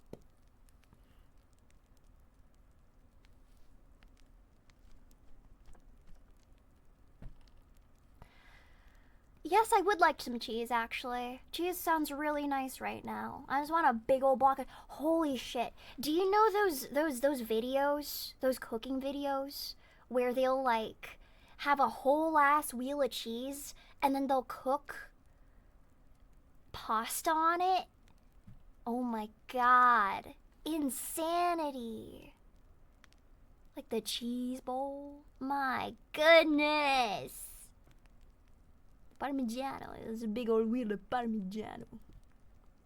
The audacity to flex that on camera. It's insanity. Cannot stand for that level of greed. Some melted cheese and some fries would be nice. It sure would, it sure would. Isn't that expensive as hell? I have very bougie taste. I gotta be honest with you. My personal hot take is that I cannot shower anywhere that doesn't have a rainfall shower anymore. I need to feel like I'm being bathed by the gods themselves in the Amazonian rainforest, minus the bugs. Like, I need a rainfall freaking shower. I need to feel like I'm in nature, draped by the leaves, just like trekking through the forest without a care in the world. That is the feeling that I want to have while I'm in the shower. And heck, if I'm eating filet mignon in the shower, then fuck it. Maybe that's just how I want to live my life. Yeah. I got big plans. Doesn't help the rest of us. That's true. When do you think it's the right time to kiss the girl?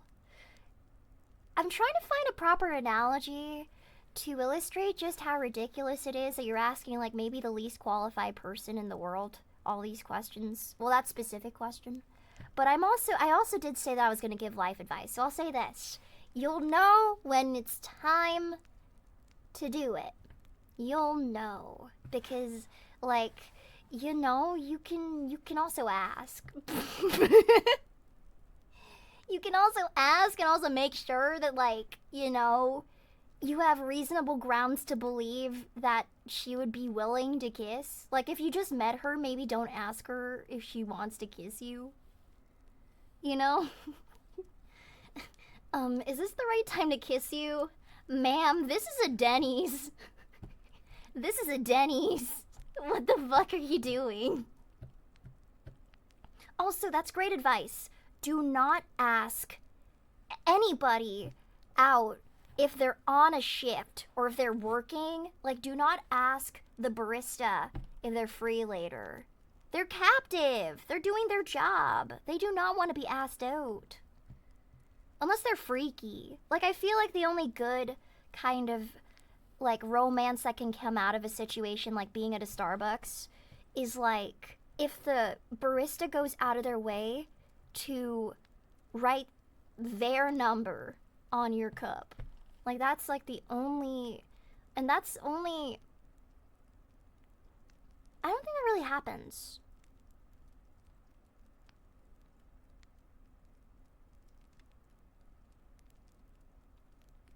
With a little heart that says call me. Imagine it's just like, it's just a number and it's just like, you forgot to do your taxes the past 3 years. Please call this number so that they can help you set up a payment plan. I am a delegated representative of the CRA. Or the IRS, I'm sorry. The IRS, yeah. Oh, that's funny. Yeah, I don't know. Just be chill, bro. Just be chill. You have been served summons to court. You were required by law to show up. Have any of you been, like, how many of you have done jury duty? Can you tell me a bit about your experiences doing that? Because I always find those stories very interesting. Never? When your Starbucks cup says, we've been trying to reach out to you about your car's extended warranty. This is our final attempt. Next time it's the toilet bowl. It's just like Bloody Mary shows up in your mirror. Imagine there was like Bloody Mary but for like tax avoidant people or like tax evaders. Like she only shows up to haunt you if you haven't paid your taxes yet. Just writes it in blood on your mirror. Call this number or else.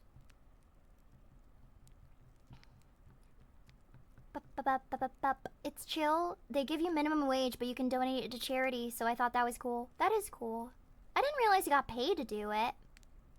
Every time I've done jury duty, I've gone to court. They give me a stirring speech about how good it is to do my civic duty, and then I sit there 8 hours waiting to be called to a courtroom, and then they send me home. 8 hours? 8 hours? Good Lord. Good Lord. Having to do that multiple times is insanity. 8 hours? You know what you can do in 8 hours? Watch like 3, 2.5 Alekirser VODs. God. That's so much you can do. So much you can do. Goon. Sure. Cowabunga. If you're freaky like that. Imagine you're in court and Allie's just staring at you. Cowabunga if you're freaky like that.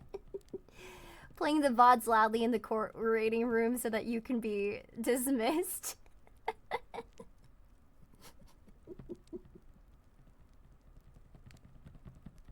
Don't do that. Please don't. Please don't do that. But I'll if I ever get called to jury duty, yeah, my appeal is ASMR. Can I do a courtroom drama ASMR? No.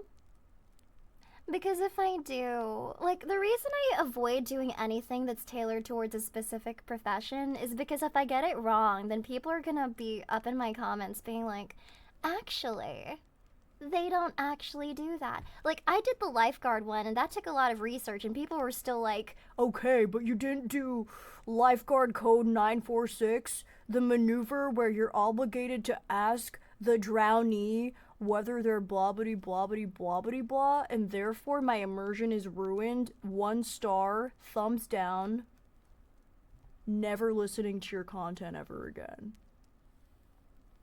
It happens all the time. And so I like to keep it to like fantastical creatures because that way I can get away with, you know, having a little fun, twisting a little bit of bullshit into that thing. Yeah. That's why I like fantasy. Especially because if I do fantasy, I can pull out like my haughty princess voice.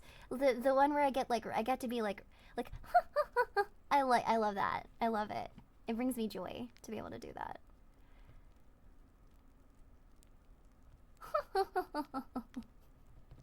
Yeah. I much prefer that. I do like realistic scenarios, but I try to keep it to ones where I like actually know what I'm doing. Yeah. How am I supposed to fap to this if she doesn't even know the lifeguard code? Yeah, exactly. It's like immersion broken. I just ended up on a freaking bender trying to like look up exactly what was wrong with his audio.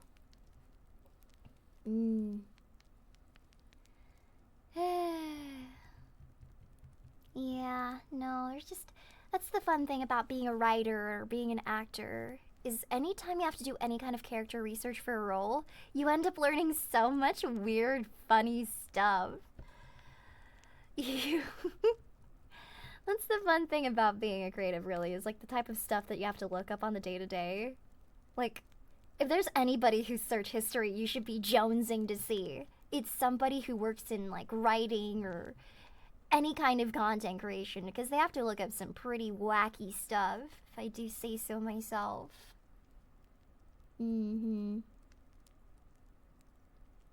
Yeah. Yeah. Also, give me one quick second because you're asking about my search history. Give me one quick second. I will BRB because I want to check something with my tracking. Do do do do do do do.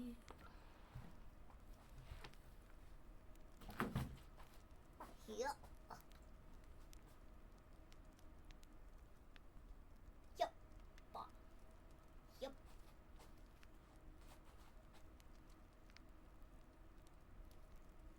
Yep. Well, that's not it. Is that it? Is that it?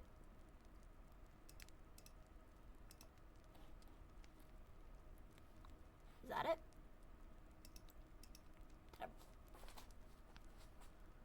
Oh, I fixed it! Oh, I'm so smart. I am so smart.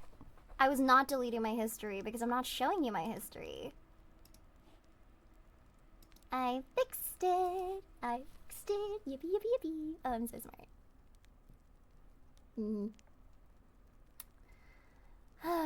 You guys are on a roll with some of those questions. You're asking some serious stuff. Thoughts on crumble cookies? I don't like crumble cookies. I just don't like them. I think they're overhyped. Also, I can't really in good faith like spend money on them or eat any of them. Yeah, they have like 8 billion calories. It makes me go like, wow. I'd much rather make my own because I know how to make it in a way that like satisfies my taste buds, and I don't need them to be really really big.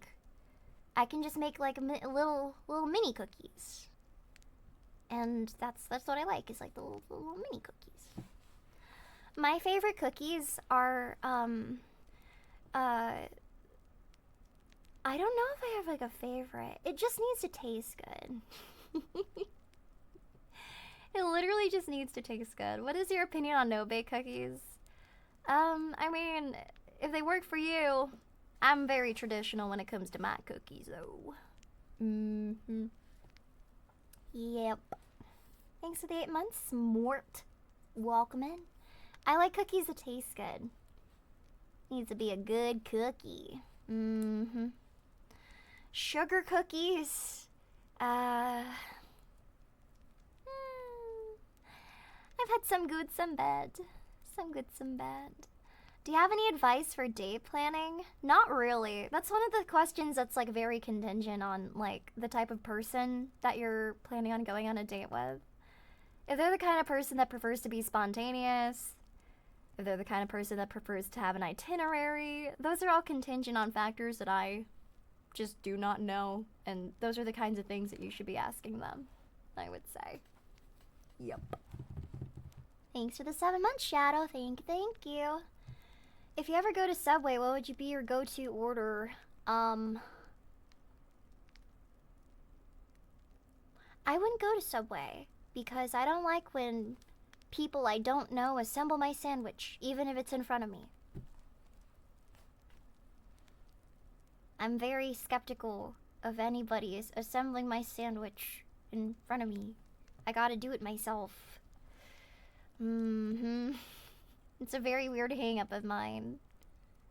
Do I eat fast food? Not really. Not very often. Not very often. If I really, like, I think that's, like, one of my things. You know how everybody's like, oh, you can tell they really love you or like you if, like, bobbity-bobbity-bop. For me, it's like, if I let you make my sandwich, that's, like, the highest level of trust I can have in a person. Is if they can make my sandwich and I don't complain about it.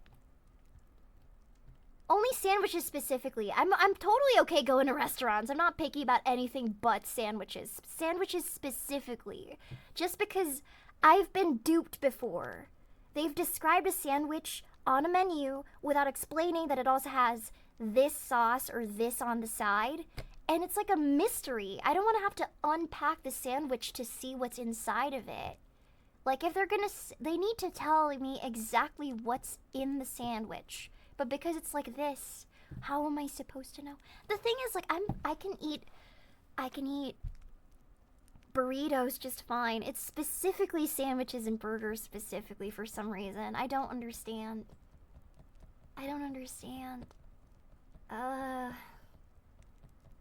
Yeah. What about a torta? Oh, I can fuck with a torta. Or like a taco. Listen. If it's Mexican food, the only thing that I have as criteria is it better be made by an abuela who wears no gloves in an unmarked establishment, barely speaks English, and it better be spicy. That's like the only criteria that I have. Because all Mexican food is good food. But it's the best food if it's made by that specific abuela. Health code rating of C on the window. Yeah, just absolutely abysmal. That's how you know it's gonna be fire as hell. There's this video once that I watched, and I actually ended up being able to go to that establishment. It was like this, the tamale queen of New York. I got to try her tamales once. It was fire. I freaking love tamales, dude. Yeah, the tamale queen of New York. She went from, like, getting jailed for selling tamales on the street to having her own food cart to eventually opening her own restaurant. And I got to try it, and it's so good. It's really good. The most exotic food that I've ever tried. Frog legs, I think. Yeah. Hypothetically, what would you do if your friends made you sit behind your ex on a commuter bus? A lot of these are hypotheticals. Are these hypotheticals actually things that you've been through? Okay, let me think of that. Hypothetically speaking, if my friends made me sit behind my ex on a commuter bus, I don't think they're my friends. Because my friends wouldn't make me do that. Especially depending on whatever that ex did. That's foul. That's really foul. Like, your friends should be like, hey, just so you know, he's right there. I'd be like, oh yeah. Nah, we gotta go back. We gotta go on the other side. Like, that's real friends. The specificity of these are concerning. It is. What are you guys going through? I do like these hypothetical situations, though. So, hypothetically speaking, I would say get new friends. Would you date an ex again? I feel like, okay, hypothetically, I feel like it depends on the reason for the breakup. Like, was the breakup because, like, did it end on good terms? Like, was it because you both were in a different position, or like life circumstances got in the way, that sort of thing? It really depends. Yeah, but if it's like toxic or if they hurt you, my personal take is like, if anybody's ever like physically hurt you or lifted a hand against you, never speak to them ever again. Ever. Never, ever, ever. Nobody should ever, ever, ever be hurt or like yelled at or any of that. Never, ever go back to that or tolerate that. But otherwise, like, if it ended on good terms and it was a matter of like, oh, I don't know, what's a reason that people usually break up on good terms? Like they're moving or like a job or whatever. I don't know. It depends. I guess. Yeah.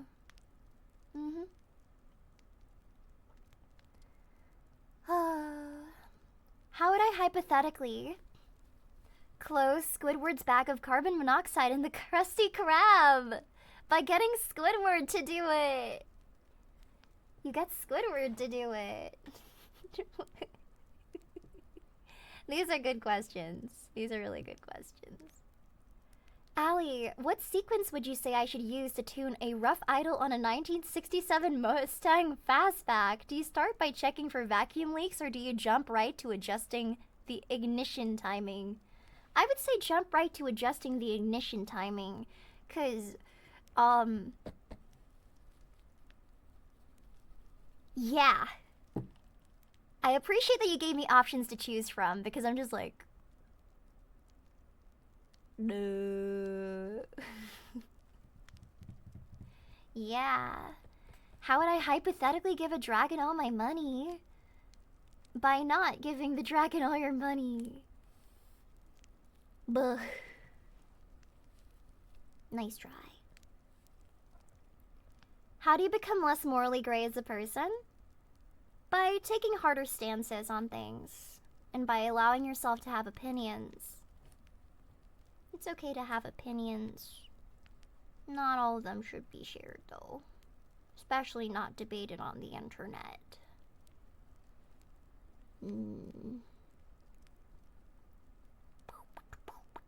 What would you tell yourself 2 years ago? It'll be okay. Don't panic. Stop panicking so much. Everything will work out the way that it's meant to work out. And you'll be okay. Should I wear da Bob or da Minion shirt? Da Bob. This is a soft question. Da Bob. How do I fly? So basically, like, my tits kind of like clap at a specific rate that allows me to defy the laws of gravity and zoom right into the air. Does that answer your question?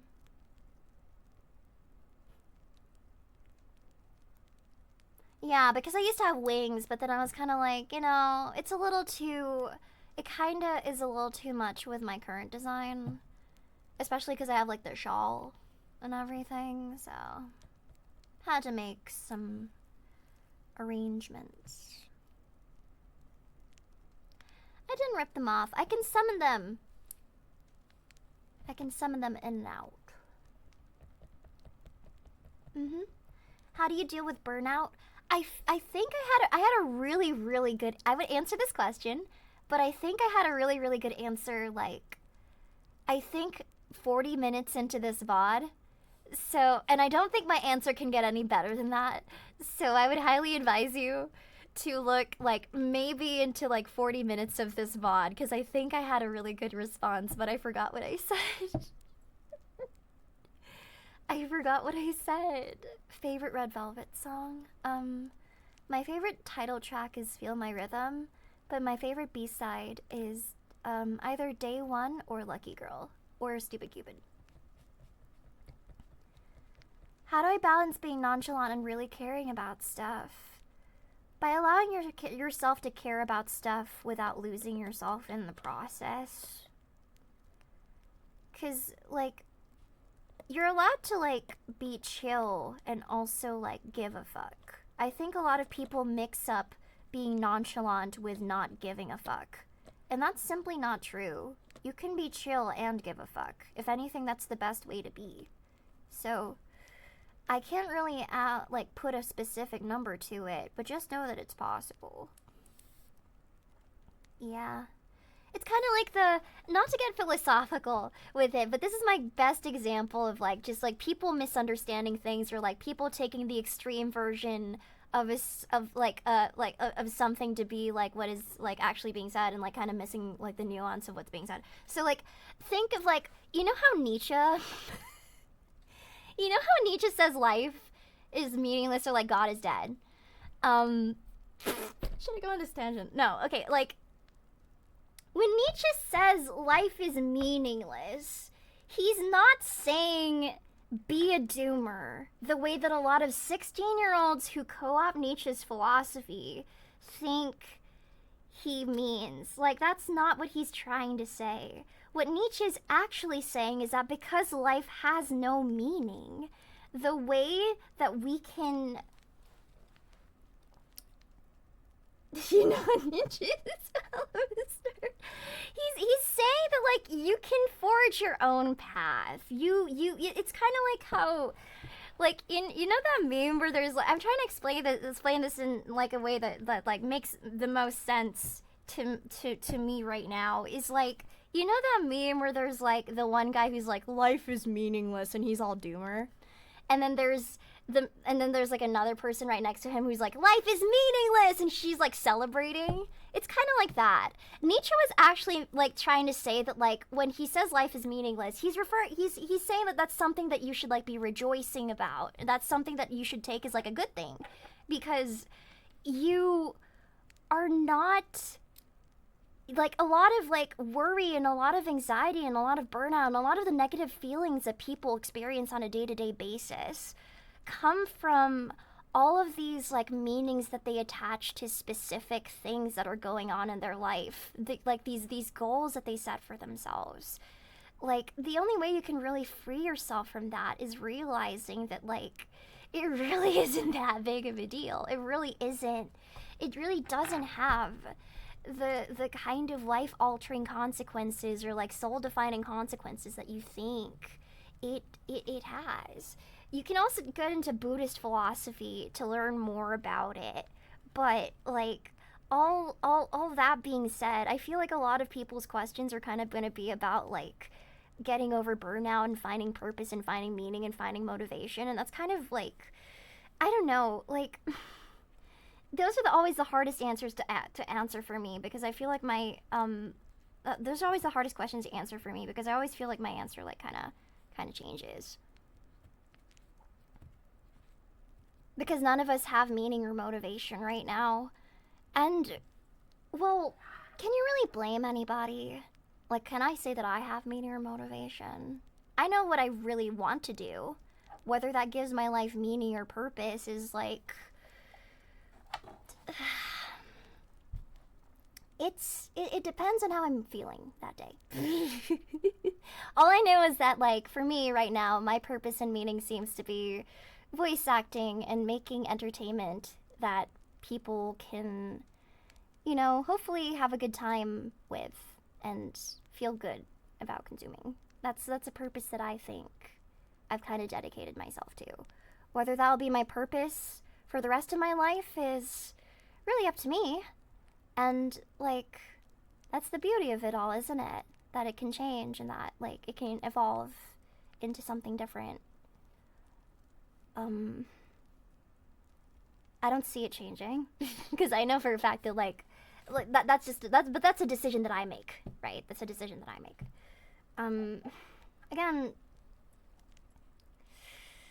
I don't know. Thanks for the 7 months, Gengar. Yeah, I wouldn't want to do a philosophy stream because talking about philosophy makes me feel like, I don't know. It makes me feel too much. It makes me feel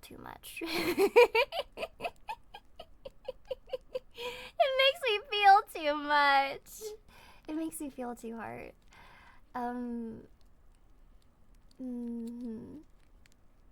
Cause some people, like, I don't know. I've kind of, like, I used to be the kind of person that really, really loved, like, you know, being the horse dead, as it were. I really loved overanalyzing things to the point where, like, they stopped having meaning to me. And I kind of, like,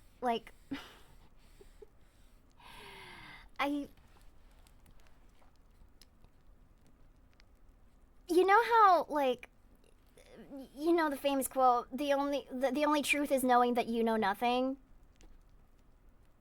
I kind of took that as, like, putting a period or, like, a hard stop to endless ruminating, at least for me. Like, I like to think and I like to analyze, but I stop it before it gets to overanalyzing. I just accept that I know nothing and that I know very little, and I find peace with, like, not knowing everything.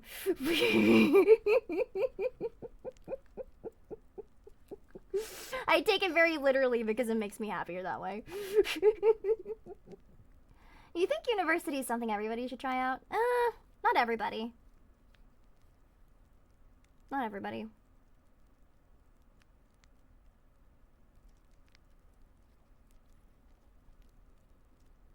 Not everyone.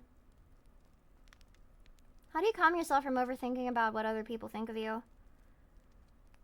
I think I can come from it from a really unique perspective. Because I work a very public-facing job, I have to tune out what people think about me, because otherwise I lose myself and I lose the ability to think about things, like, and have my own opinions. If I let myself, like get too swayed by what, like, people think I should be doing or who I should be, then I'd be a mommy ASM artist and I'd be very, very different. You know, it's like, I hate to say it, and this is gonna make me sound really mean, but sometimes people are just stupid. And sometimes people just don't know what's good for you. And you have to trust yourself to make that decision for you. Because otherwise I'd be a mommy ASM artist. And that's okay. I mean, I'm not excluding myself from that equation. I think I can say very stupid things. But I can self-correct at the very least and realize that, like, a lot of the things that I would demand of content creators or people I look up to were unreasonable. Like, some people are just kind of stupid. You know? So it's okay, you know? Like, you'll see two different opinions, and, like, once you realize that, like, people, like, there's so many different people in the world and so many people have so many different opinions, you'll realize that it will be such a headache to try and conform to what people think you should be or what people think about you. Yeah. Yeah. I don't know. It's something that I had to learn really hard, especially as somebody who loves praise and loves attention. I just try to focus more on what I can control and try not to set too high expectations for things. I find joy in the process as opposed to the results that I expect, basically. Yeah. Always easier said than done, but sometimes you just gotta make the decision to not care, and eventually it'll become your body's default. It's kind of like working out, you know? When you get off working out, when you stop working out for a little bit, it's hard to jump back on that train, right? But if you just, like, make that decision to work out every single day, it'll become a muscle memory. It'll be like muscle memory for you, and you'll just start doing it on instinct, and you'll feel wrong if you don't do it. It's kind of like that. Like, it's always hard to start, but you just gotta convince yourself of that every single day and then make the decision to believe that you can trust yourself. And usually that, it becomes easier to do the things that you think are easier said than done. Thanks for the raid, Oni. Thank you, thank you. Thank you, thank you. Yup. Do you run like a footless chicken? I run like a chicken with too many feet. Like, I'm constantly tripping over myself.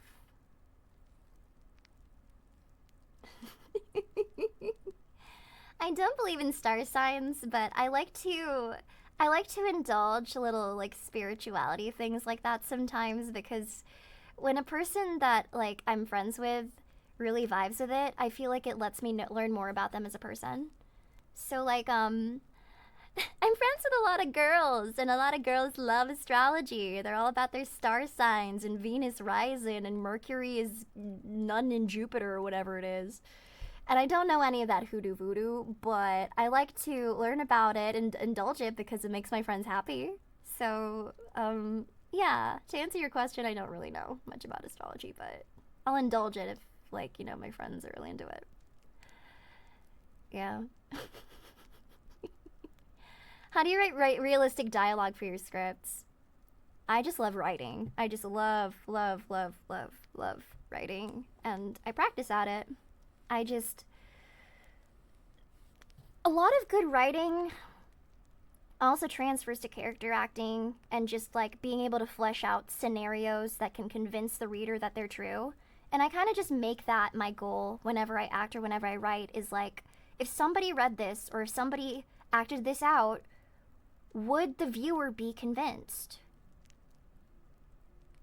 And sometimes that means you have to like rewrite nonstop, which kind of like, it can be kind of like counterintuitive, but sometimes natural dialogue, it has to be like honed. Sometimes it has to be honed. And you know what? A lot of what helps is like, drawing from either experience or the experiences of those around you, asking questions, doing research. The only way you can make it realistic is if you're writing stuff with like, even if it's not necessarily true, with like earnestness and authenticity in your heart, Like, I can't say that I was ever a tomboy skater with a fat booty, but if I do enough research into what a tomboy skater with a fat booty does, and I really try to earnestly immerse myself in the role of a tomboy skater with a tomboy skater with a tomboy skater with a fat booty. What are we talking about again?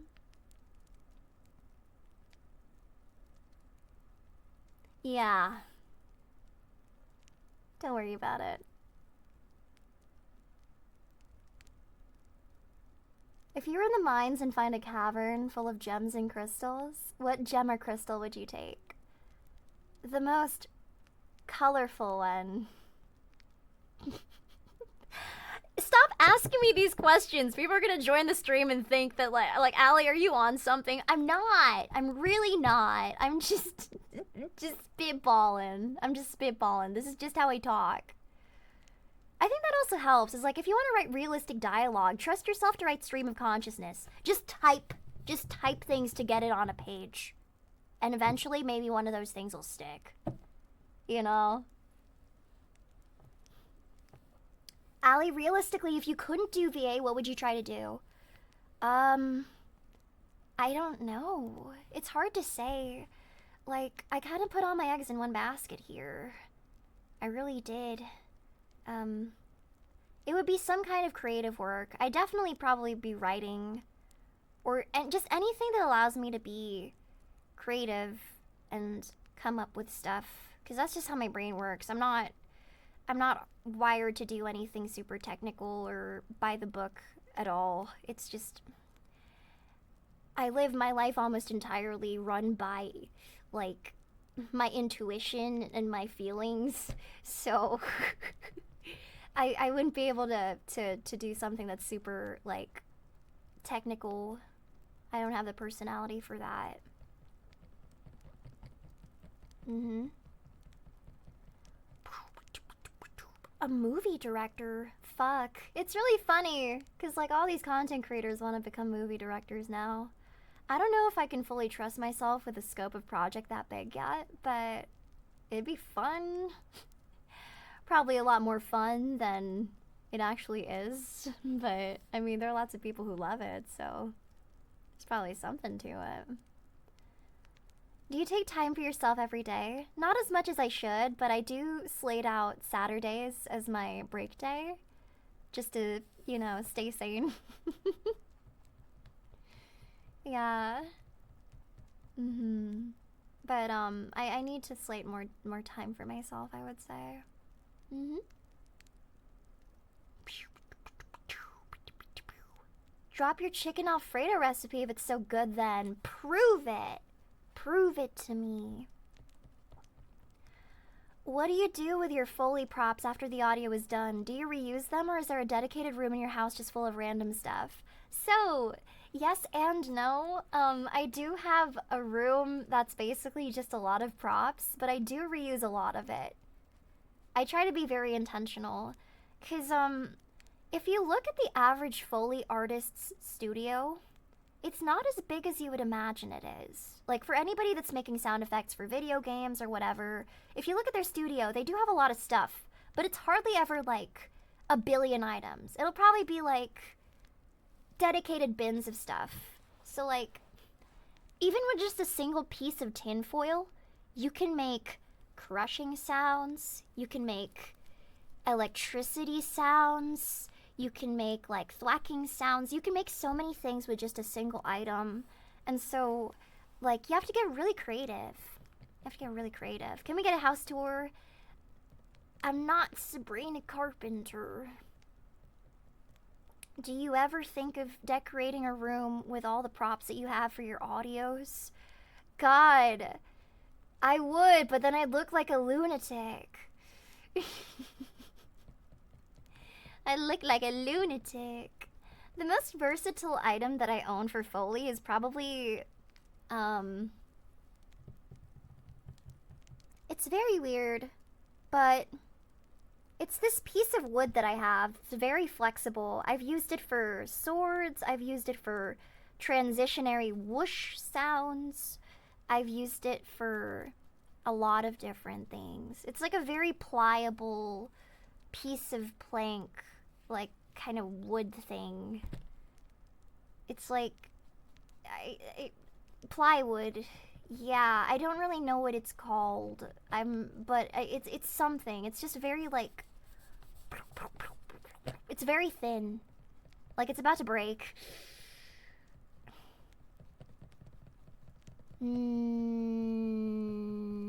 It's like woody. It's real woody. It's real woody and long. Has somebody who's started working recently, how do you maximize your free time? Oh, free time. Oh. You're funny. So, no, real answer is you have to be very deliberate. You've entered the stage of your adult life where you need to start planning really, really far in advance. Get ready to make plans with your friends a month in advance. Get ready for your time to pass by really, really, really fast. No, that's not just me. That's just being an adult. Is like, you need to get used to, like, it's an unfortunate truth, is like, you gotta get used to, like, planning things really, really far in advance.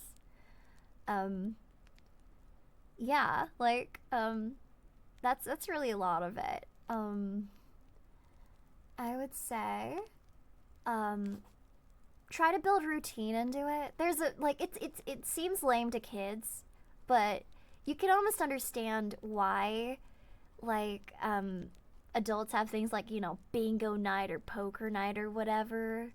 That's gonna be like your new best friend, is events like that. Sometimes all you have time for is frozen yogurt. Fuck! Oh my god, I want frozen yogurt now.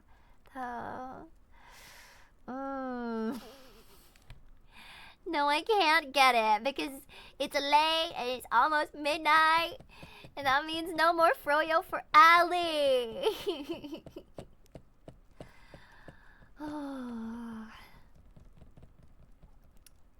Yeah. I don't know. Here's a good way to make friends and keep them. Get a frozen yogurt machine and be like, wanna head to my house? I got froyo. Wanna head to my place? I got froyo. What's your go-to method to de-stress?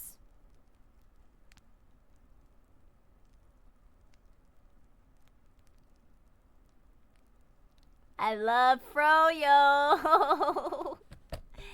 I love froyo.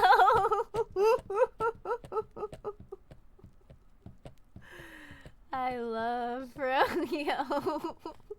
I'm not tired. I'm just chill. I feel peace. I feel at peace. This is not a cry. I'm not sleepy actually. I'm not sleepy. I'm just chill. This is just how I am. I don't know how to feel about all these people who are joining my streams and asking if I'm on something. This is just how I talk. This is just how I talk. Am I hungry? A little bit. Just a little teeny tiny bit. Do you have any hair care tips? Don't over condition.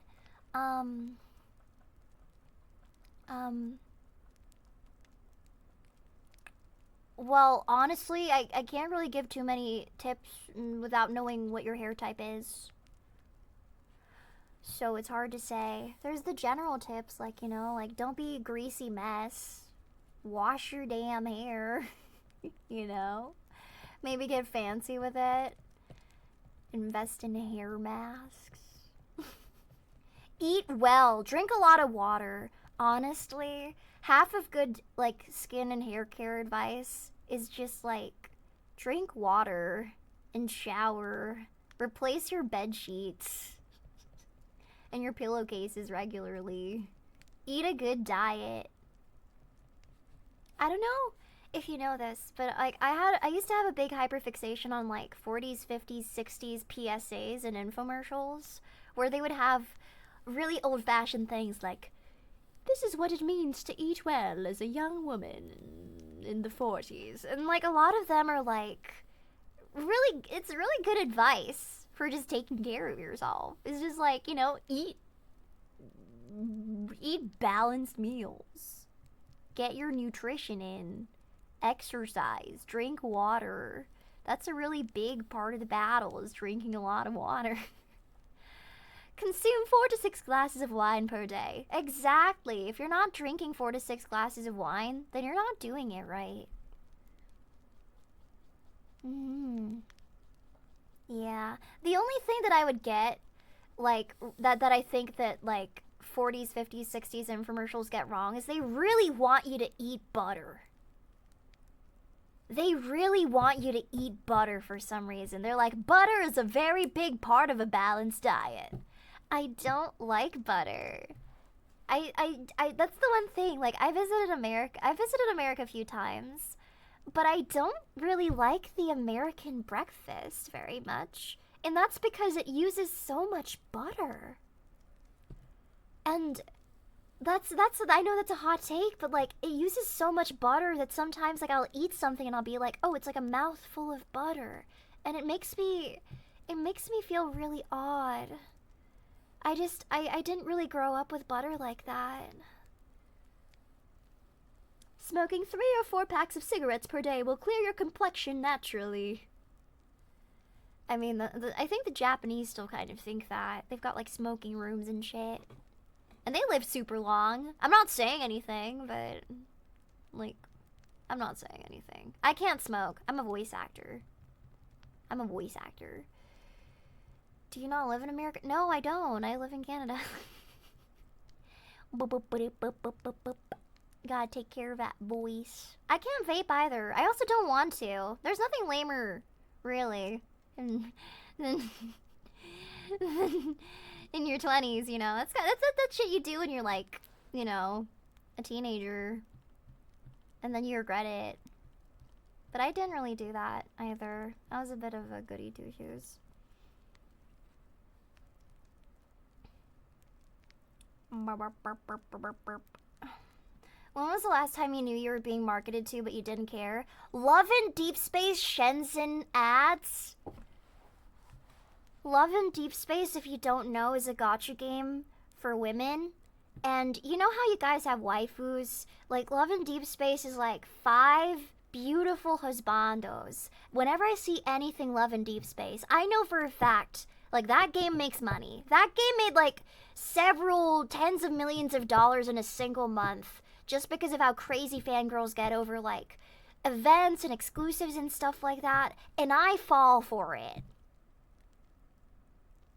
I fall for it because, you know what? Tale as old as time. We like pretty things. We like to look at pretty things. We enjoy romance. We enjoy sex. We enjoy all of these things. It's the reason there are 8 billion of us in this goddamn world. So if I want to spend a little bit of money on a Silas event, then that's my own personal business. You know? Like, I already forgot what the question is. I already forgot. Did I answer it? Oh, I've been marketed to, but I don't mind that I fell for it. Yeah, exactly. It's like that. I don't mind it. Maybe your oshi is cooked, but it's okay because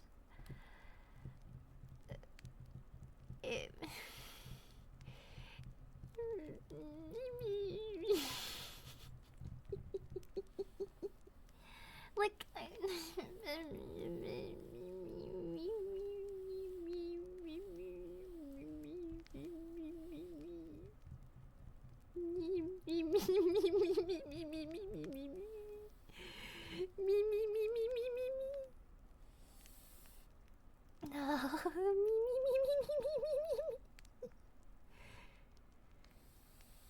yeah, I felt so embarrassed because you know how Rainbow, that guy who like geoguesses and stuff, based on like single pictures of like ferns, he can like guess where your location is at.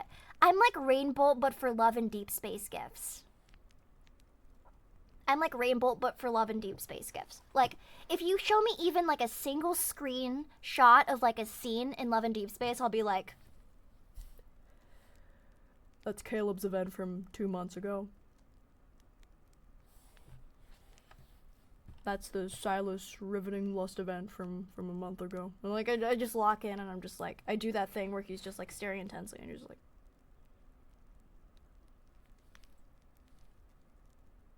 I'd recognize those butt cheeks anywhere. Nance. I was right. It's like that.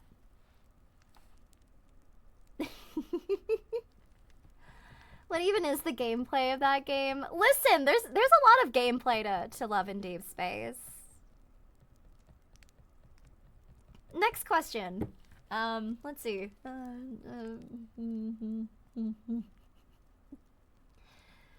Next question.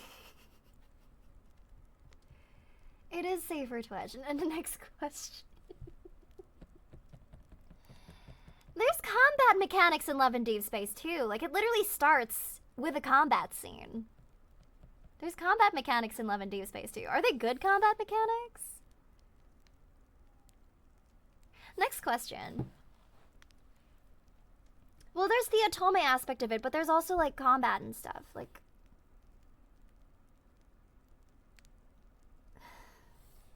does the combat have a button you push so it plays itself? Next question!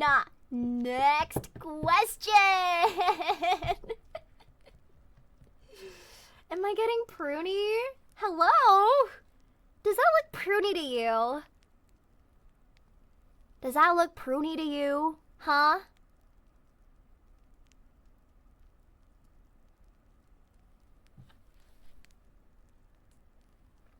messing with me. This is straight up. This is straight up insanity. Are my feet pruny?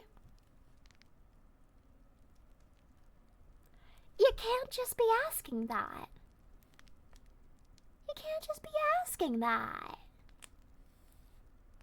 Nice try. You should play Uma Musume. I did, and I completely get the hype. The only reason I don't play it more is because I've already sold my soul to Love and Deep Space and Zenless Zone Zero.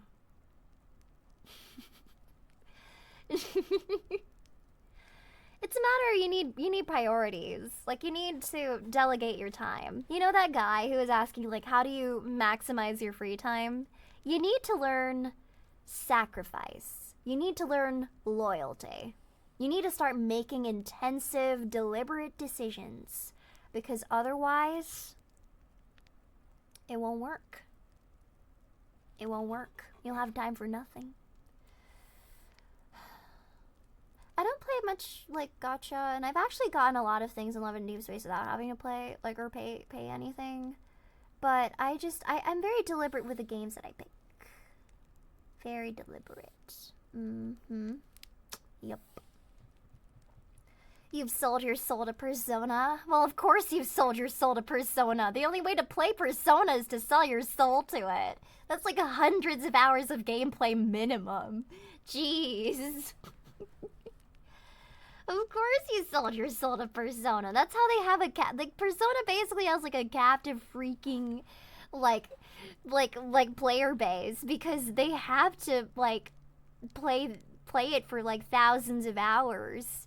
And then they end up being super invested in it because of how much they've played. Like, that's how it works. That's how they get you.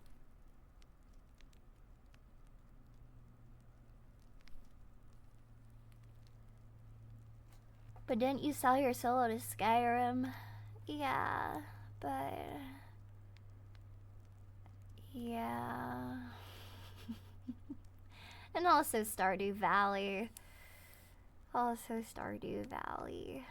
I'm already on Stardew Extended. That's how bad it's gotten. I've literally already cleared the base game, and now I'm, like, working through Stardew Extended, which adds so many hundreds and thousands of hours to the game.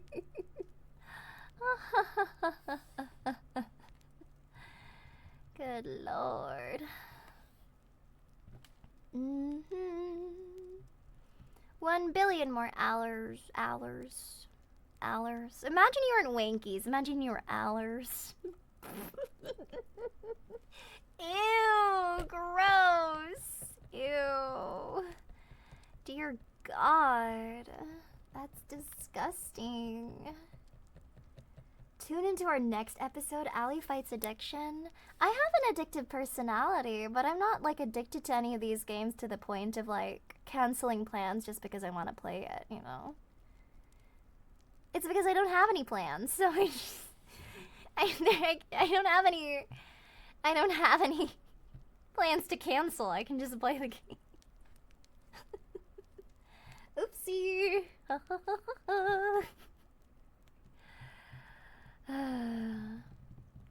When do you know it's time to drop an addiction or fixation? When it starts negatively impacting your life to the point that, like, you literally cannot function at all without it. Like, when you start feeling like it controls you as opposed to you, you know. You know, the usual. Everything in moderation, that sort of thing. A game that you were addicted to in the past? Skyrim?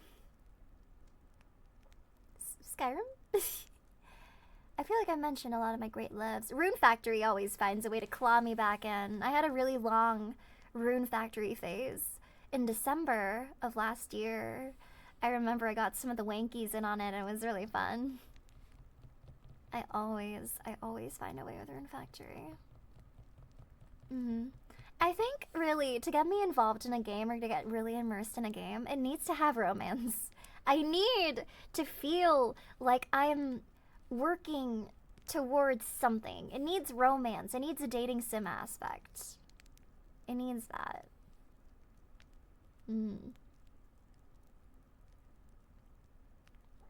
Yeah. Like that's why like I'm like for BG3, I really had to like I was just like the whole time when I was playing it I'd just be like, "Damn, how much further do I need to play till I can start romancing and stuff?" Persona, I don't know. I don't have the time to play Persona. It's too much of an investment. I feel like I'd need to drop all of my other games to play Persona, and I don't even know if I don't know if I'd vibe with it. I need to make time first. I'm open to it. I just need the time.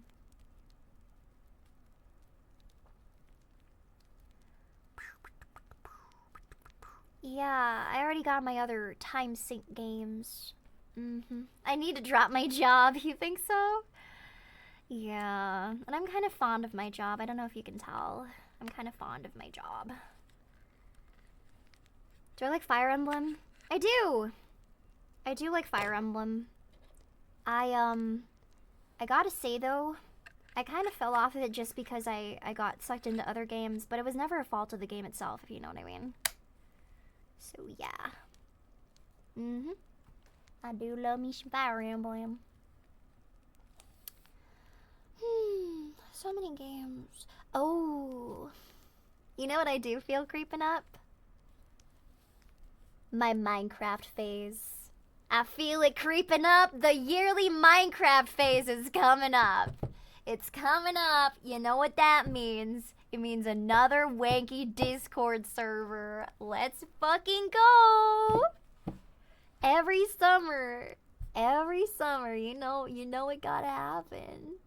You know it's gotta happen. Last summer, what I did with the Wankies was we did, was it all the mods? It was really good. And I was able to explore it a bit on stream. I wish I got to play a little bit more. It was all the mods 10, and I was obsessed with that. Is there all the mods 11? Yeah, we can find another really good one. It would be really nice. Riddle of the day. What can travel around the world while staying in the exact same corner? Shoot. What can travel around the world while staying in the exact same corner? Thoughts. Ooh, that's deep. The answer is Allie. What's that supposed to mean? Oh, because I'm literally at the corner whenever I'm doing these streams. And I can travel the world if I go on GeoGuessr. Smart. A stamp! Oh!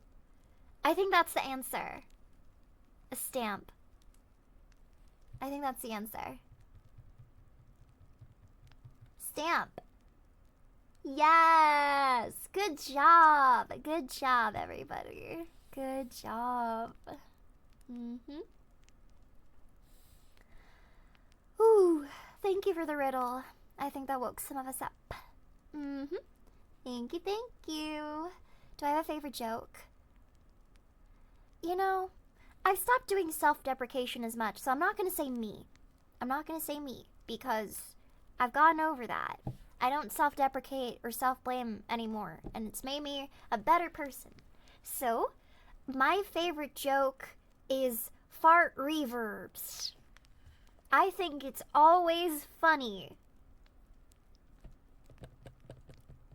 Brap and reverb. Yeah, it's always funny. I'm sorry, it's a universal language. It's kind of like, you know how, like, Mr. Bean kind of talks like he talks like that deliberately so that he can be understood all across the world. Fart reverbs are like the Mr. Bean of jokes. Because it doesn't matter where you are in the world, farts are always funny. It's beautiful. It's philosophical even. It's like at the end of the day, no matter who you are, you still gotta, like, fart. You know? No matter who you are. No matter where you are. No matter how much money you got. Everyone still farts. So really, we can tie this back. Circle it back. Why be jealous of somebody when at the end of the day, both of you fart? Nothing really separates you two. You both fart.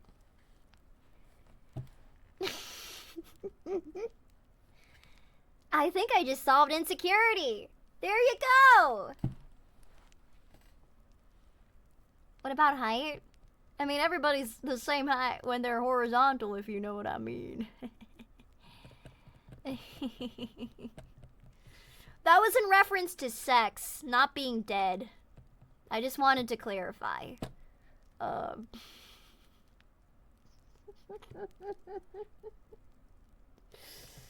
You know, it's like, oh, the size difference, height difference. I mean, you know what I mean. Truly the brightest of our times. I'm spinning some mad facts. Most people would be charging thousands of dollars for this at a university, and you're getting it for free.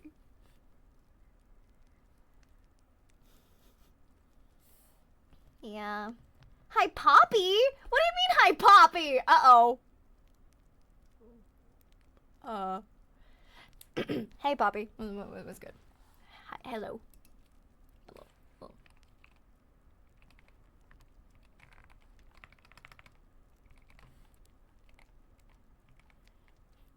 Yeah.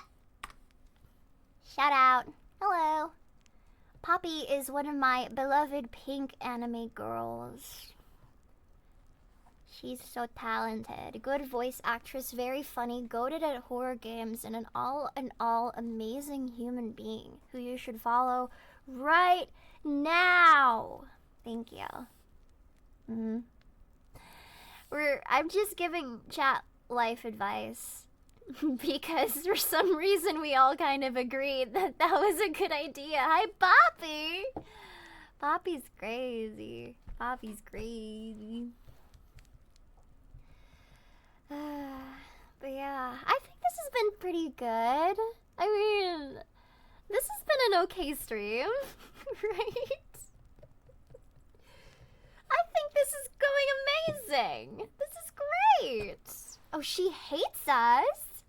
I don't hate you guys. I think we're having a great time. Thank you so much for the gift sub to Poppy Bean. So much done. Thank you. I really appreciate it. Thank you. It's a stream of all time. I never know what to think when you guys say that. I don't know whether it's like, ah, you suck. You fell off, Allie. This is a stream of all time. Thank you for the gift sub, Lavender Town. Thank you. Woo. Wait, what? Thank you, Papa November. Thank you so much. Thank you. I really appreciate it. Thank you so much. Thank you for the 5 gift subs. 5 big booms. Boom, boom, boom, boom, boom. I mean, okay. Here's the thing that I've learned. I've been making a lot more voice actor friends lately.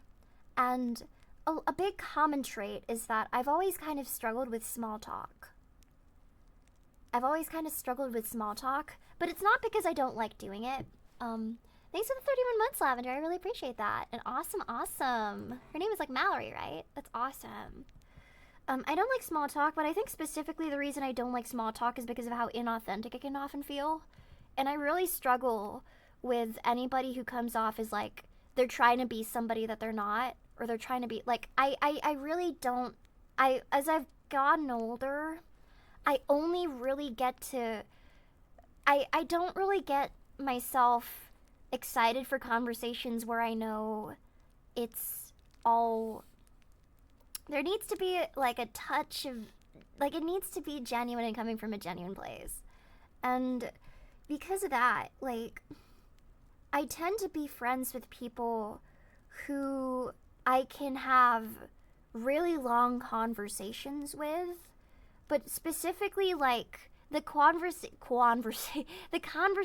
need to be of like an introspective high kind of quality. Like I need to be able to like talk about anything.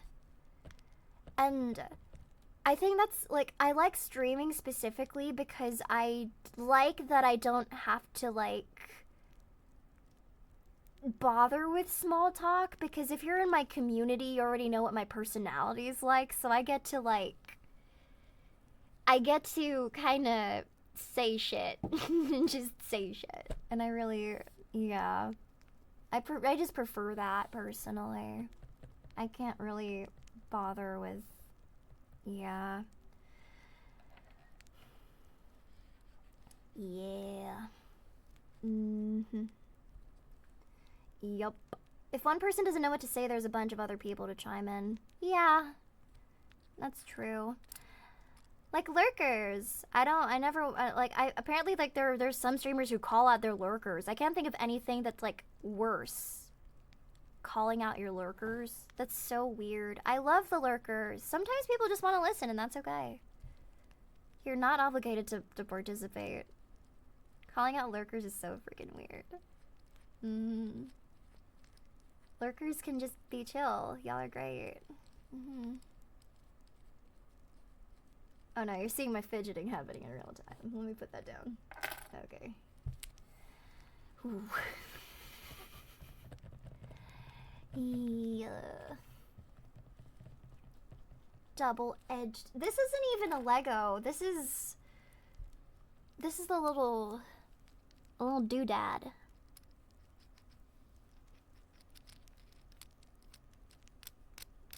It's like a little fidget toy. Oops. I dropped it. I have a bunch of fidget toys from the fidget toy stream that I did last year still. So I just keep them at my streamer desk right now because they help me zone in. Oh, thank you for the gifts, Northern. Thank you. Thank you. That's so fun. That was an amazing stream. Allie's fidget toy tier list. Yeah, we'll do more streams like that in the future when I figure out, especially because I got a bit more space now. We can do another Beyblade tournament or Bakugan or whatever. It could be fun. That'd be nice. Yeah. Beyblade tournament. But people are gonna accuse me of cheating. They're gonna accuse me of cheating. Allie, your reflection. You're gonna be reflected off the Beyblade stage thing. No. 3D chess. All I'm gonna say is just wait. Just wait. Just wait.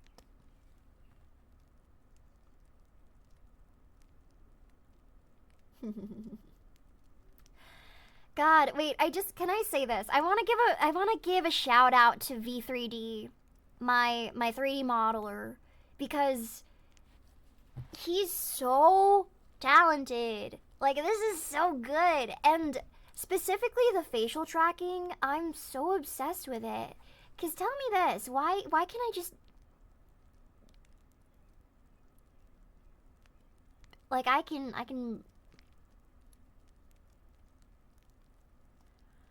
yeah, it's so good. Especially like I like the cat smile and I love it. It goes so hard. Can I give you kisses? Mwah. Mwah. Yeah. Okay. Like she can just cat smile. Yeah, I'm currently in front of camera, and the camera is what's tracking my face and stuff. And I do have a setup so I don't have to wear a suit all the time. Wearing a suit can make it a little bit difficult, so I've managed to find something that, you know, lets all this happen. Yeah. Ali Jekka accent go. God, what would you even want me to say? Are the trackers just stuck onto you? Wouldn't you want to know? The trackers, sometimes. It depends. Sometimes it's wearable, sometimes it's a camera. Sometimes it's a mix of both. Why'd I say it like that? You told me to do Jekka voice. If you want Jekka voice, I'm gonna give you Jekka attitude, too. Yeah, I did see the new game. I'm so excited for it. It's gonna be so fun. Yeah, it's gonna be great. It's gonna be so great. Make fun of us in the Jekka accent. That's the one thing, is like, I love sort of Valley Girl, Mean Girl roles like that, but I can't commit because I can never think of anything mean enough to say that doesn't make me feel like a shithead. So I can't really do it. I get nervous. Yeah.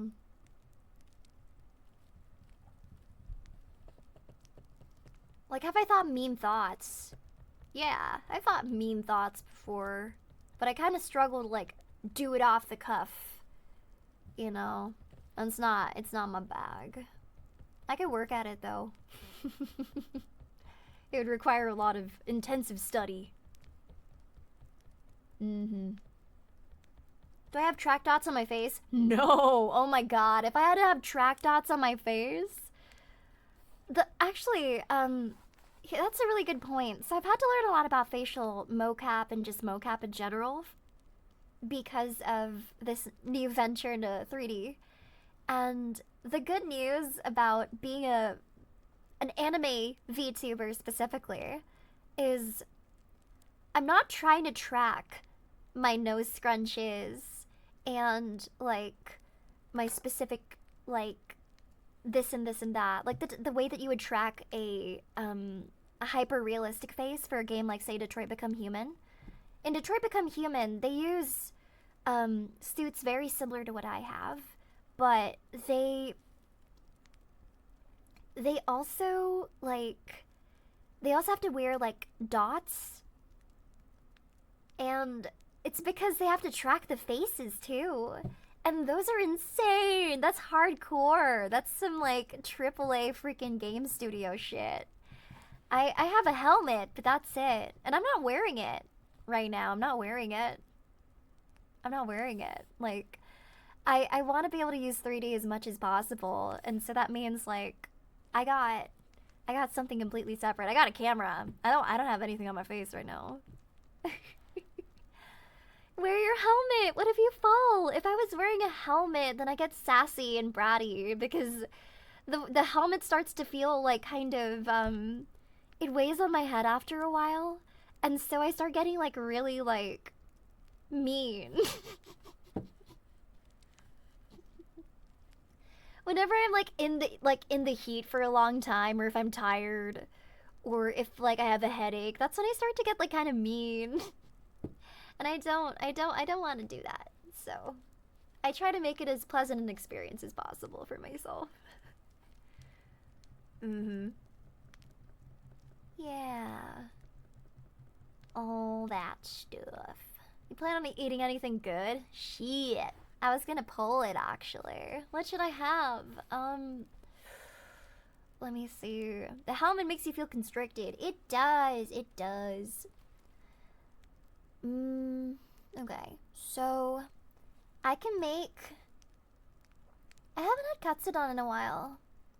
I can make katsudon, or I can do a kind of like salmon bowl, or I can do, I can make hot pot. Those are like my 3 kind of options. I might make a soup though. I'm feeling kind of soupy. Katsudon, true, because I haven't had it in a while. Katsu might be the move. Katsu with soup. No, but here's the thing about me. I can't eat katsu and soup, because if I eat both katsu and soup, one of them is gonna make me full before I can eat the other. So if I have soup, then that's gonna get me full before I can eat the katsudon. But if I eat the katsudon, it's gonna get me full before I can eat the soup. I can only eat one of the two. Tiny tummy. Ugh. God. Embrace leftovers. True, but if it's katsudon, then I wanna the way that I buy it is that it's enough, it's portioned enough so that I can have like, I can cook just enough for me to eat, specifically for katsu. Because if I'm gonna be like frying anything, it needs to be good for the day of. I hate reheating fried food.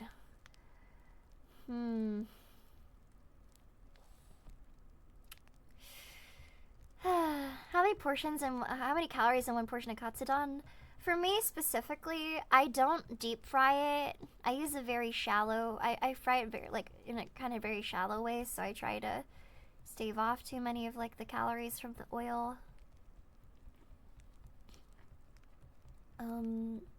Katsu plus curry. I don't know if I have the stuff to make curry.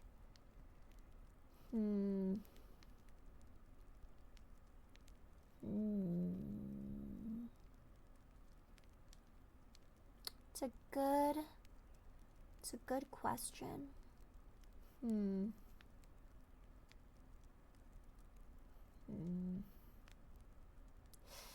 I'll think about it. I'll think about it. I don't know. Like, I'm obviously very much in a hot spring right now, but I keep getting this impulse to, like, lie down and start, like, you know, like, I keep getting this impulse to, like, lie down and float. I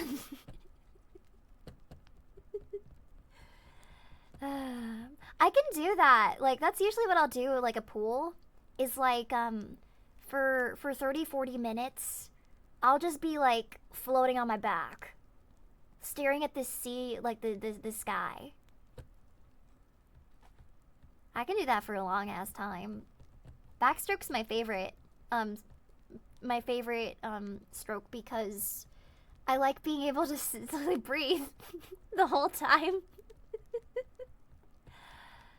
Yeah, I'd say it's between backstroke and free for me personally. I like those two different. Breathing is nice.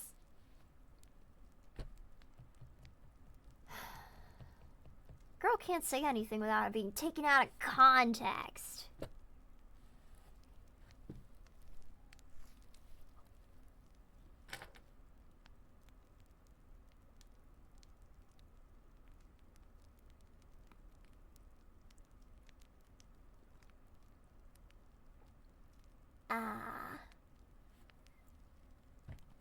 That's what you get. Hot springs. Yeah, I want to go to Japan. I want to go to Japan. I'm going to save up for it. And I'm going to go invite my buddies. I someday, with both the time and the funds and the willingness, I will make it happen. Girls trip in Japan. Grr. Have I ever been? Yeah, like a few times, but like when I was really young, so I'd have to. I haven't gone in like recent times. I've only ever, like, I watch a lot of videos about it, like modern Japan, but I want to go in person. Where in Japan would I go? A lot of the very, I definitely want to go to Akihabara for sure. I just like, I'm a maximalist, so I like to buy stuff. I do want to go to the remote places just to enjoy like the actual ambiance and scenery that Japan has to offer, like outside the city. I would want to experience that.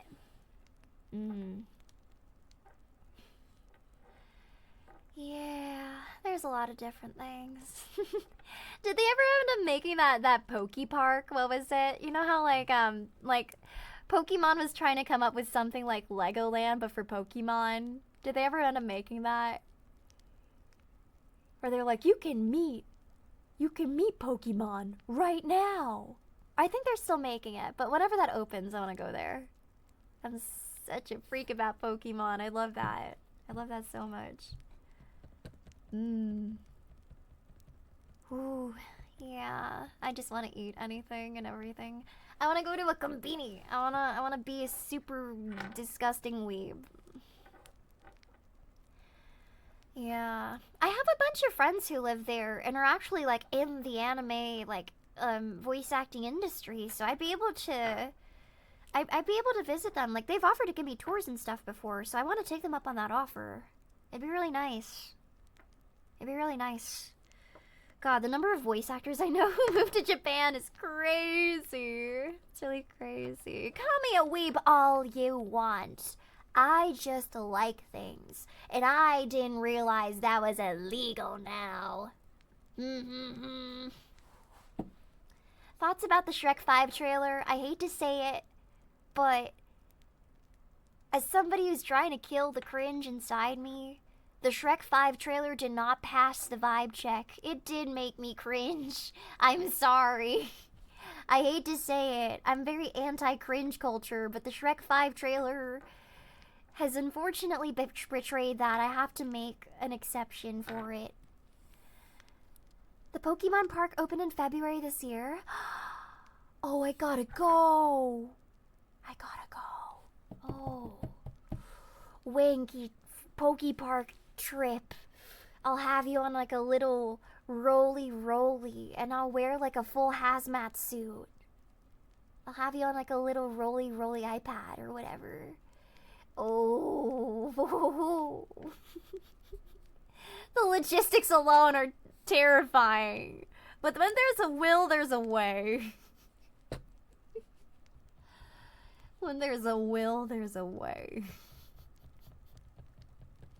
You gotta go to the Pokemon Center. There's so many things to do. There's so many things to do. I also want to go to the Dungeon Meshi Cafe. And I want to go to any and all of the Chikawa themed attractions in Japan. Oh, I love Chikawa. I love Usagi. I love Usagi. Freaking fat little guy. Allie will buy souvenirs. Yeah. We'll do the whole thing. Have you ever thought of collecting Pokemon cards? Oh my god, wait, I gotta give you an update. So, I was kind of forced into collecting Pokemon cards out of my, without my consent. I was forced into collecting Pokemon cards against my will.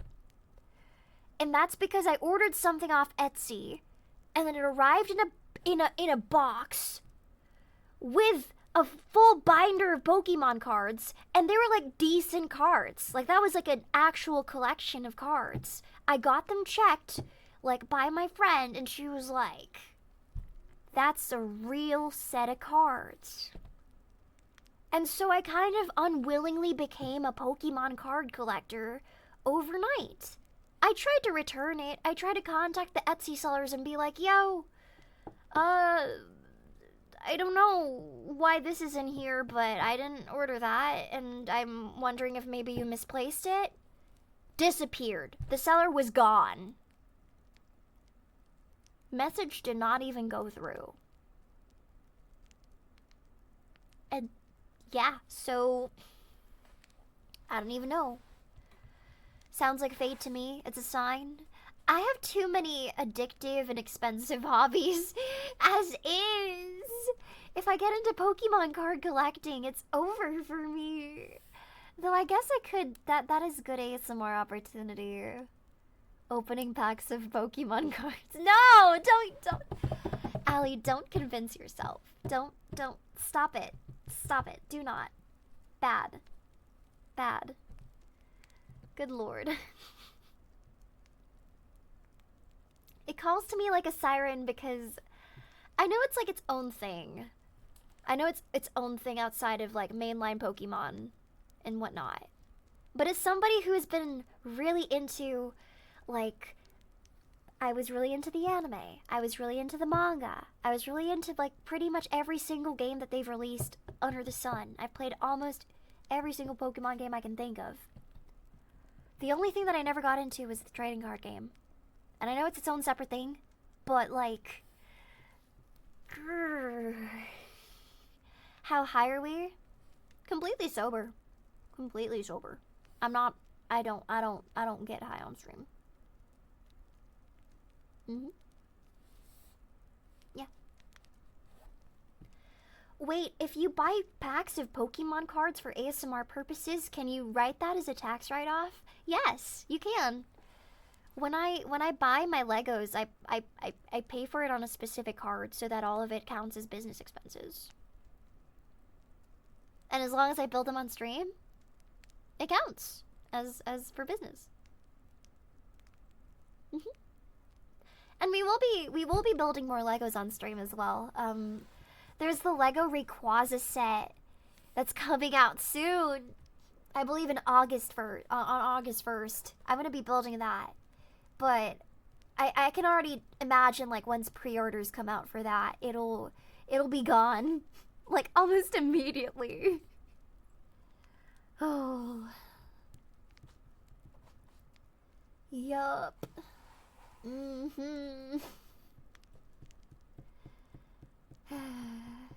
Lego doesn't operate like that. Goes to show how often I've actually pre-ordered anything. But I do remember I had to wait a bunch for that big set with the starters. With the fully evolved starters with Venusaur, Blastoise, Charizard. That was sold out for me for a while. Yep. Hello, Ellie! Why are all the girls showing up? My goodness. Hello. See, chat, y'all were saying that France doesn't exist. Can you explain the existence of Ellibelle? If France doesn't exist, then why does Ellibelle exist? Riddle me that. Riddle me that. Checkmate. I was just giving life advice. I've just been doing that the whole stream, but it hasn't really been life advice. It's just been shit posting. Thanks for the gift set to Ellie. Papa November. Thank you. Thank you. Yup. Cause she's Ellie, not French. She can be both things at the same time. She's allowed to be both things at the same time. Use your brains. Use your brain. Use your brain. My God. How did we get here? I don't understand how we got here. That thing in your head. Use it. Use your brain. Use your brain. Oh, yeah. I forgot I can do that. I can literally shake the screen. Use your brain. Oh, my God. What the hell? What the hell? It's so smooth. I've never seen anything that smooth, but it's so small. What? What the hell? Whoa, whoa. Whoa. Is it supposed to be that slippery? Good God.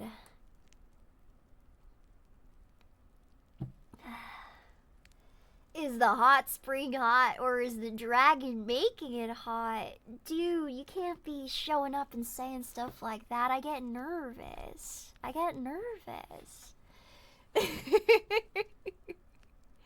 She's still talking about her brains. Yes! So smooth. It's okay. That's allowed.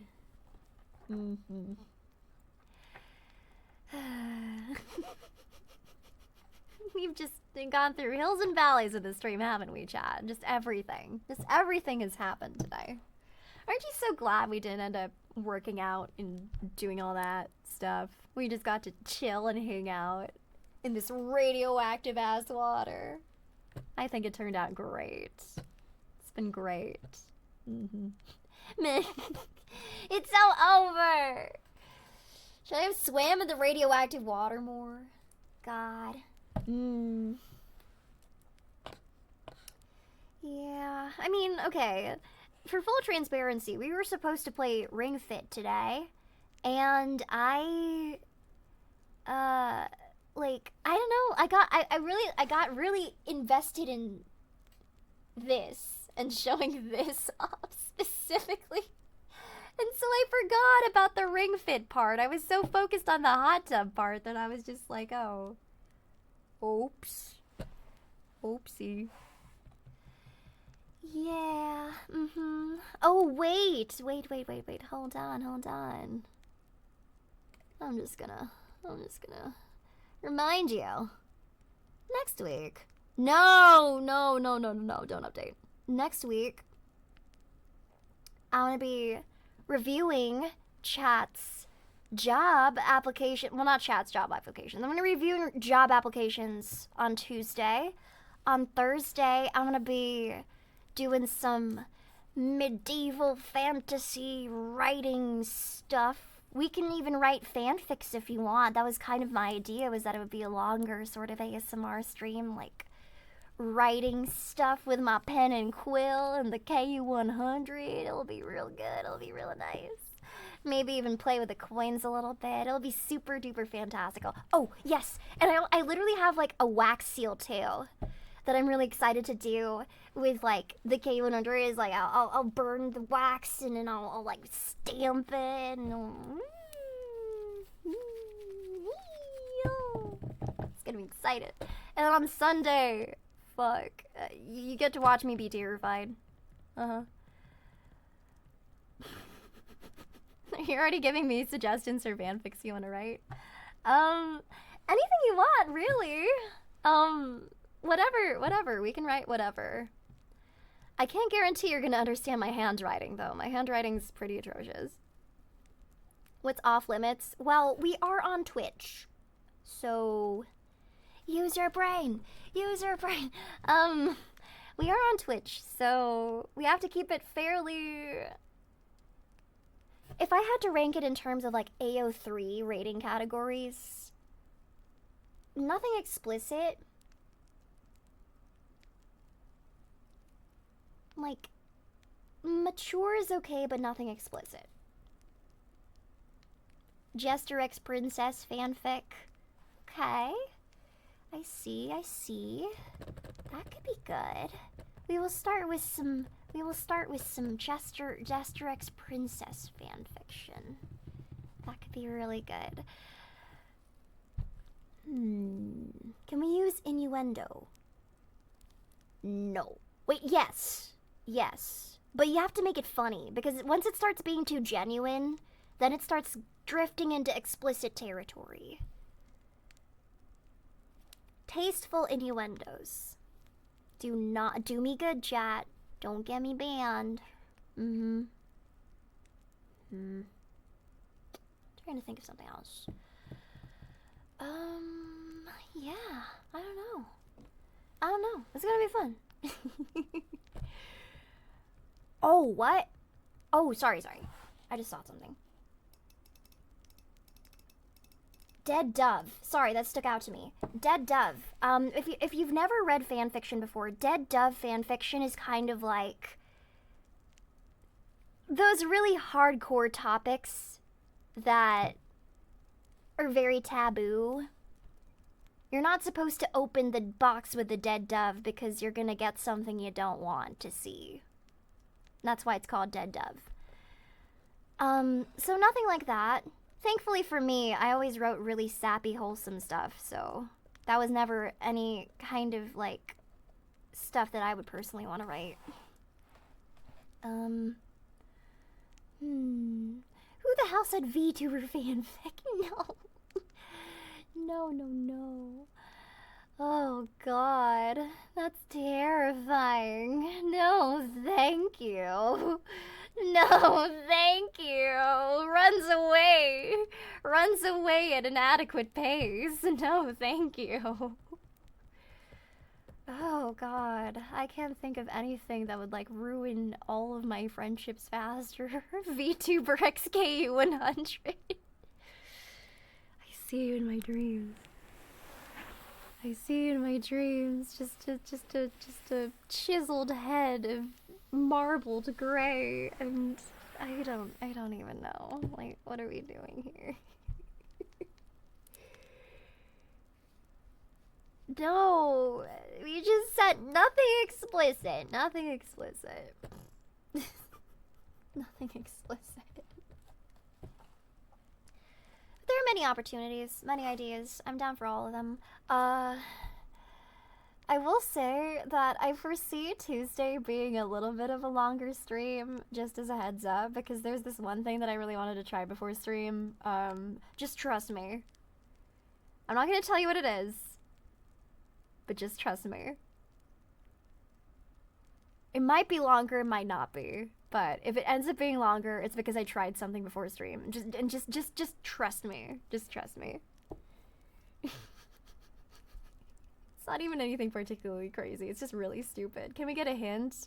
Don't be sus. I trust me. That's what trust means, right? Is like you let me do something without having the full information. Yeah. Shake on it. Shake on it. There you go. Yeah. The more I'm told to trust someone, the less I'm inclined to trust them. Well, my hands are not pruny. I'm sorry. This is distracting me. My hands are not pruny. I'm very noticeably unpruny.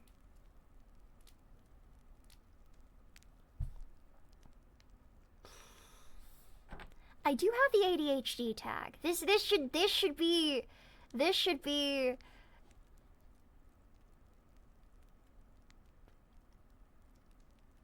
I've completely forgotten what we're talking about. Expected. This should be expected. It's gotten bad. It's gotten bad. It isn't even that bad when I'm in when I'm not on stream. Says trust me with the guiltiest voice. Here's the thing.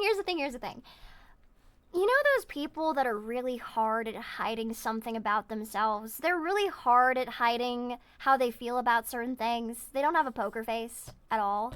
That's me. Yeah, no, like, if I really don't like something, I'll scrunch my face up and it'll be really obvious. Like, if I don't fuck with you, it's very, very clear. I'm very, very bad at keeping that to myself. Do you have issues hiding gifts from others? Yes. It's so bad. Whenever Christmas tops by, I'm always just like, please, do you want to open your gift early? Do you want to open your gift early, please? By the way, if you want to ask what your gift is, I'd be really happy to tell you. Like, literally, I'm very, very excited for you to open the gift. Can you film yourself opening your gift for me, please? Please, please, just open it now. It's really bad. It's awful. Combined with the fact that, like, my love language, you know how they're like the 5 love languages? My love language is gift giving. I love giving gifts. And because of that, combine the two, and you get a very obnoxious friend. You get a very obnoxious friend. I don't know. What's your love language, chat? They're like 5. There's, acts of service, physical touch, gift giving, words of affirmation, and what's the 5th one? Was there a 5th one? I forgot. Quality time. Yes, quality time. Physical touch. Yeesh. Y'all freaky. Nah. Quality time. Yeah. Oh, she lifts. I know you. I've seen your TikToks. It's Oshi lifts. They lift it for their Oshis. So based. Shout out to Oshi lifts. I give you one right now, but I think I have a timer, so just audible shout out to Oshi lifts. Certified based by Alekirser, if that means anything. Words of affirmation for sure. Is it bad to say that like all of the love languages are my love language? I like all of them. I feel like nobody can be without. any of the five. Like, all the five are very, very important for a thriving relationship, I would say. It's a spectrum. Yeah, that makes sense. It's a spectrum. You prefer English? Ha! Actually, lately, it might be because of all the Thai dramas that I've been watching, but Thai's become a love language to me. It's like...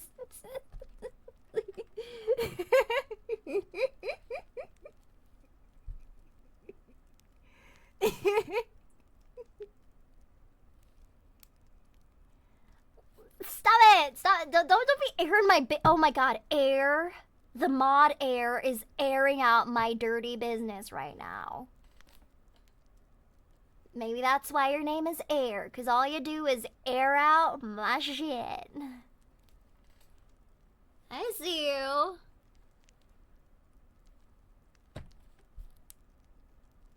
I think the reason why people are asking if I'm, like, not sober is because whenever I smile, I blush a little bit. So, I think it kind of contributes to people thinking that... I'm just not gonna smile. I'm just not gonna smile.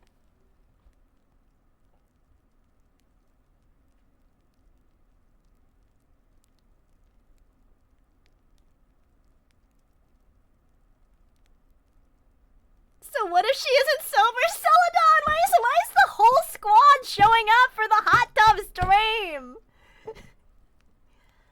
Poppy was here earlier too, and then Ellie showed up, and then Lucia showed up. Like, everybody's showing up. What's the problem? Like, who's aired out my stuff?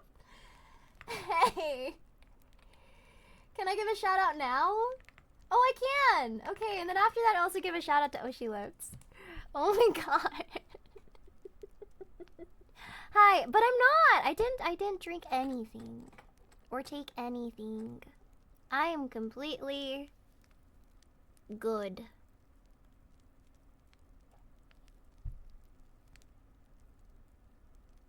My thumb is kind of crooked. It's not really proving my point. It's, I'm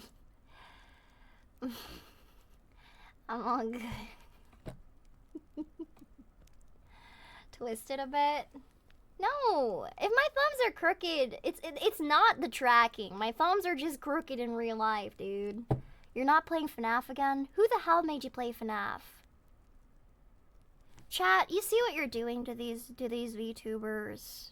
These lovely, lovely, amazing people who are trying to make you smile. You're bringing them turmoil and suffering and anguish and terror. What did they do to deserve that? Exactly. Maybe you need to look inwards and realize you're the problem. I can never do that. I tried playing FNAF and it got me so scared, and it isn't even the worst FNAF game in the series. There's the one FNAF game, right? Where it's like, what was it again? Like, you're not in the pizzeria. You're in your bedroom. And it's like the scariest FNAF game. FNAF 4. Oh my god. I could never play FNAF 4. That's so terrifying.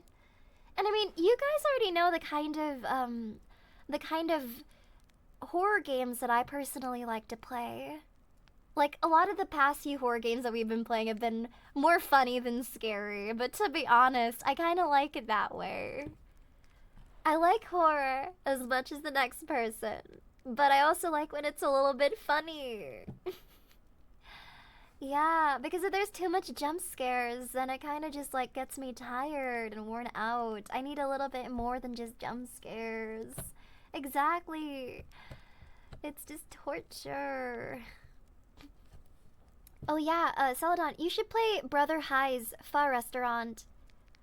You should play a bunch. I'll recommend a bunch of indie games for you to play. It's really, really funny. Really, really good stuff. I want Pho too. Let's get Pho.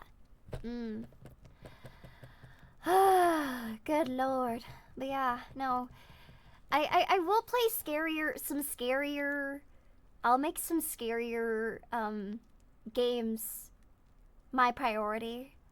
But FNAF, my heart can't handle FNAF. It's too much for me. It's way too much for me. Anomaly is fine. I love Observation Duty. Observation Duty is so fun. And there's a bunch of other ones that I know are really good. Minecraft is really scary. Well, Minecraft's scary when you add horror mods to it, for sure. FNAF is surface level horror. It's jump scares. It's a jump scare simulator. And just because my 5-year-old cousin happens to be goated at FNAF doesn't mean that I'm a weenie for getting scared by Golden Freddy twerking in my face in night 1, okay? That's not a me problem. It's a game problem, alright? Good lord. Yes. I got him night 1. Within like a few minutes. Or was it night 2? It was one of them. It was one of them. I got him just really early. It was either night 1 or night 2 or night 3. I don't freaking remember. But I just remember he like twerked right in my face. Night 3? Okay. The nights kind of blend together when you work retail. And that's on real shit right there.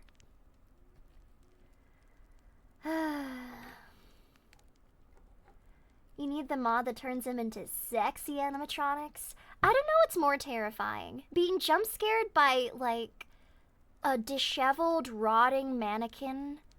Or being jump scared by, like, a really, really buff dude? I feel like both are equally scary. Like, even if it was, like, the most beautiful woman with the most voluptuous body and she was jumping at me, if anything, I'd be extra terrified, because, like, what's going on here? I don't understand. There's an actual game where they have big boobs. Oh, wouldn't you know about it, chatter? I know you know all about that. I know you know all about that. Bunch of self-reporters in the chat today. God damn. God damn.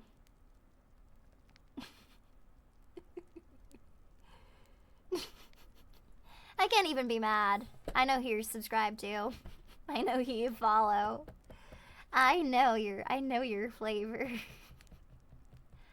But yeah, no, I've been kind of weaning off of specific horror games just because I'm too much of a baby. But I've been getting better about horror because I've been like watching more horror movies and playing more horror games and stuff. So maybe it won't be too bad if I give it another shot. Who knows? Who knows? We'll see. Ooh. I do watch horror. I watch a lot of Markiplier. I've always watched a lot of Markiplier for like over a decade now.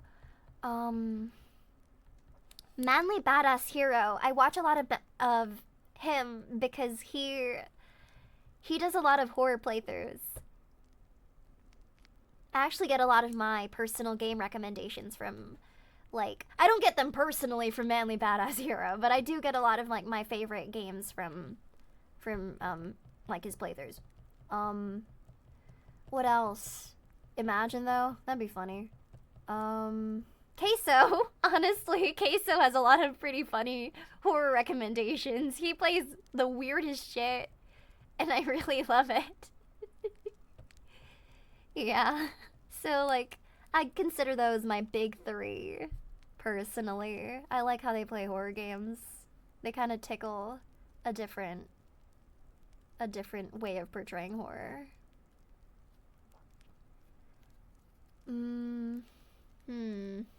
I don't know. That's pretty much it for me. Yeah, Barking from the Dark was really good. I will never play Roblox though, not again, because the one time I did was life-defining in a bad way. I still have nightmares about LeBron Obby. I'm never playing LeBron Obby or Roblox or any of that ever again. I still have nightmares about that. They forced me to do a LeBron parkour map where all of the obstacles looked like LeBron, but like morphed into like cubes or platforms or like cages or stuff to like run through. It was terrifying. It was genuinely like a very, very damaging experience.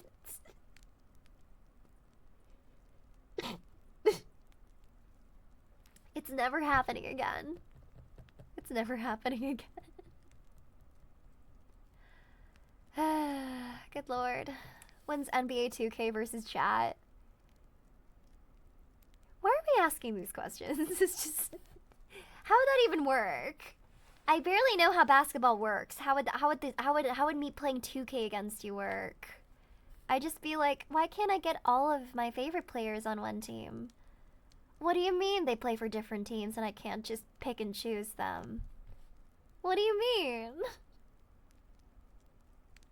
Can you dribble in 3D? Yes, actually. So the way that it would work is that I would have to put markers on a basketball and have that tracking be sent like to my computer and attach it to like an asset or something, and I'd be able to ball. Maybe we can do that. I don't know if I have enough space to do that without knocking over some of my equipment, but I could try to ball and disappoint you with my ball skills. Yeah. Yeah. I mean, I think the last 2K gameplay that I played was like 2K12 or something. Like 2K11, 2K12 or something. It was really, really back in the day.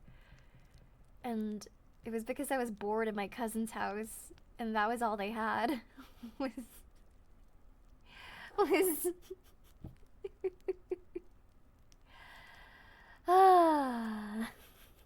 Something tells me throwing a real basketball with a VR headset on isn't a good idea. But here's the thing though, I'm not wearing a VR headset. In all of my 3D streams, I've never worn a VR headset.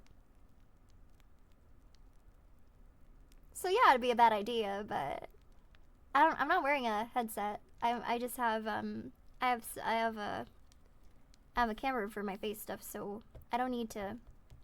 For the very first one you did, yes, but like for the recent stuff I haven't been wearing a VR headset. Yeah, if I had to wear a VR headset for my streams, god, I'd be having a headache. That's my thing with VR, is I can't do it for too long, is it starts getting to my brain. Imagine the sweat. You know what, I can't even lie. The suits do get pretty sweaty. I can't even lie. Like, you're right about that. You're very right about that. Let's see. If there was one sport you'd play, what would it be? Well, I did track and field and touch rugby in high school. So probably one of those two. Yeah. I wasn't really big on balls. I wasn't very big on balls. I can't give very specific information, but I did like those two sports. I can't give very specific information or anything like that, unfortunately. Yup. Yeah. Have I been in an actual sauna or hot springs in real life? Actually, no, I have not. It's one of the things I want to experience, especially if I go to Japan. It'd be really nice to go to an onsen. I've never been to one.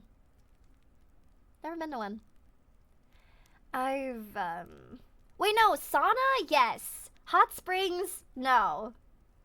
But I have been to a sauna. What am I talking about? I forgot. Would you be comfortable being nude in front of a bunch of aunties? I mean, honestly, like, I don't know. Like, nudity's kind of different for girls amongst other, like, women, you know? Like, it's kind of just, we don't care. We don't give a fuck. It's just, okay. It's kind of different, so it's like, that's not really something that I really think of. It's not really something I think of at all. Like, it's only weird if they make it weird. You know what I mean? Yeah. I don't know. Yeah. Trust me, dudes don't care either. Yeah, I mean, it's only weird if you make it weird, really. Nudity outside of the USA is a lot more common. Yeah, like in Canada, there are a bunch of like nude beaches and stuff. Can't say I've ever like been to one. I've accidentally walked into one before though, and that was terrifying. It's only terrifying if you don't expect it. If you're like literally going somewhere to like take a bath, then it's like, well, you expect it. I went to the beach with my friends. We were just hanging out. And then we were like, what's going on there? And it was a whole like parade or festival with a bunch of just like naked people. And we were wondering why the beach was so empty. It's because all of the inhabitants of the beach were at the nude festival. Just right there. And I'm going to tell you right now, it is mostly dudes. That's what I've noticed, is that it is mostly dudes.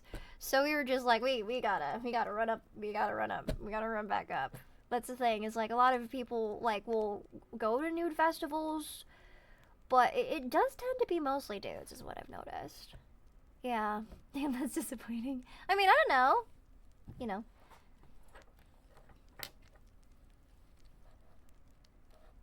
You're into what you're into. That's fine. Me and the boys. Yeah, you and the boys. You and the boys. Hello.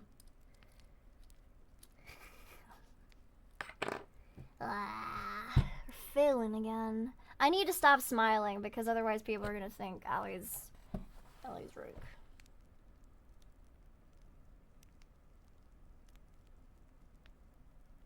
Was there any other life advice that you guys wanted? I'm not drinking anything. I have nothing. I'm drinking water. Filtered water from my Brita filter.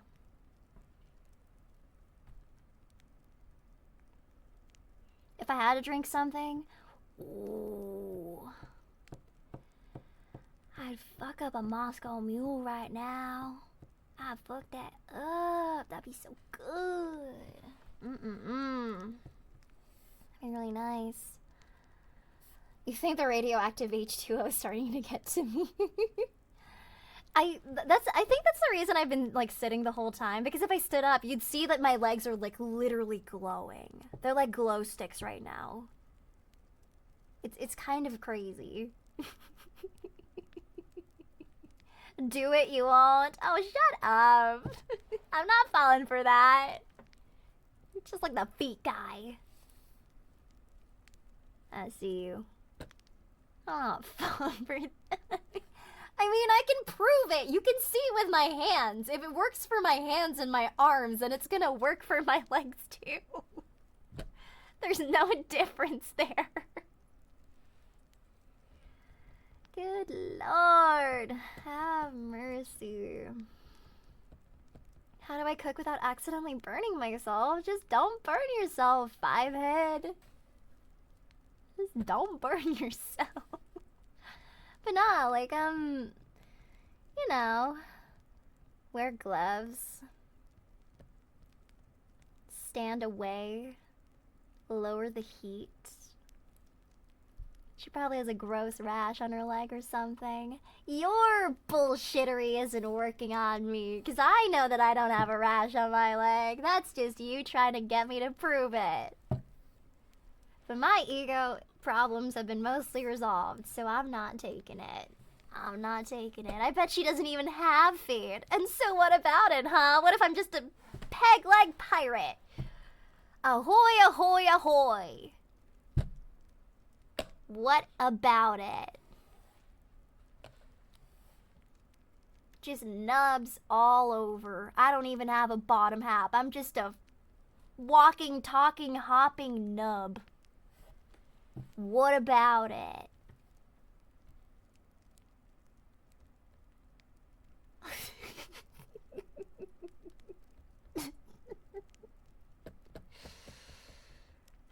I think that's gonna be the art for next week's stream schedule. It's just gonna be peg leg Allie with peg legs. Though I guess she kind of already has peg legs because, you know, like whenever I draw the Allie schedule, it's like boop boop boop boop boop boop boop boop boop. Like she just got that starfish freaking body. That's so mean. It's not mean. It's my own art. Okay, wait. You're right. You're right. You're right. Negative self-talk is bad. Shouldn't be doing it. My art skills are phenomenal. Should be hung up in the Louvre.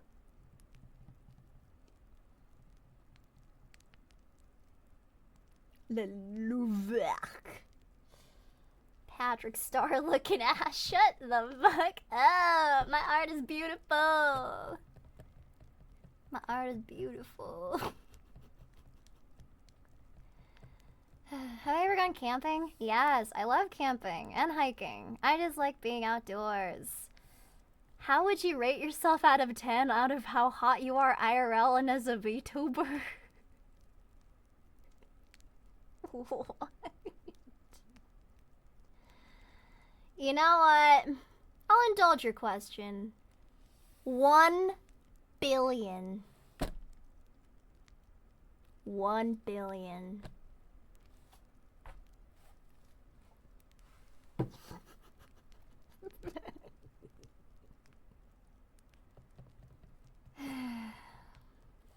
I mean, you know, I'm used to it. Like when I started doing VA, I would get so many DMs trying to guess how I look like, and none of them were ever right. Specifically, first and foremost, like a lot of people guessed that I was like, you know, on the smaller side, but which,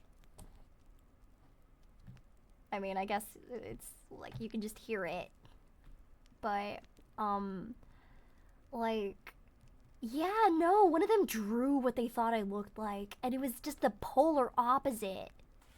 It was the polar opposite. I mean, I'm obviously 6'5" and 250 pounds and a 40-year-old man on the internet, so I don't know why they're drawing a big, like a bouncy baby princess blonde girl, you know.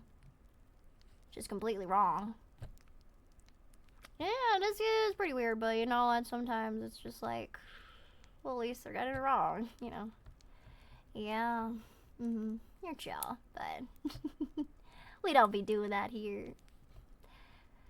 Yup.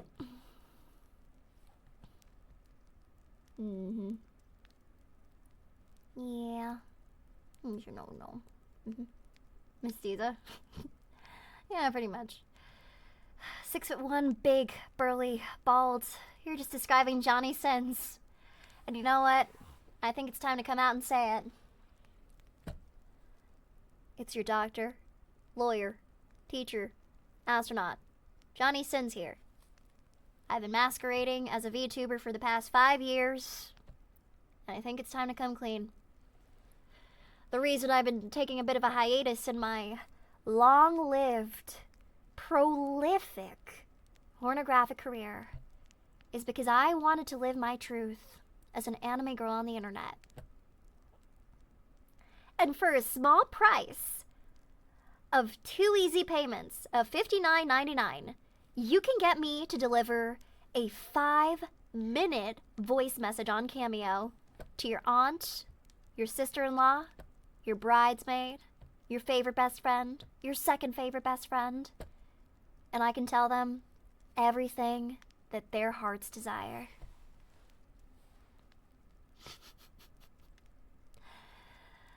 All I'm saying is I've never seen Johnny Sins and Alekirser in the same room. That's what I'm talking about, bro. That's what I'm talking about, dude. Yeah. Once in a lifetime opportunity. That'd be so awesome. Low key, like did I ever tell you about how I got my aunt a Johnny Sins birthday message? Yeah, no, that was so fucking funny. That was so funny. I got her one.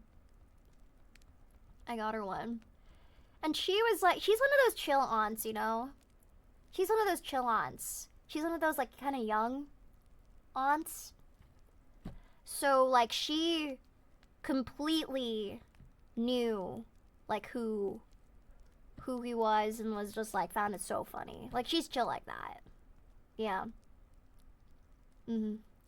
I'm not drunk. It's because I'm smiling, and when I smile, I get a flush on my face. Good lord. I'm just not gonna smile.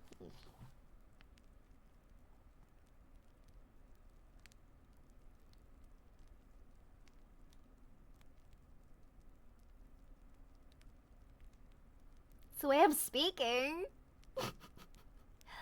Oh my goodness. Wait, you're right. I haven't been very in character this stream. Hello. Hi. No, because when I'm regularly speaking,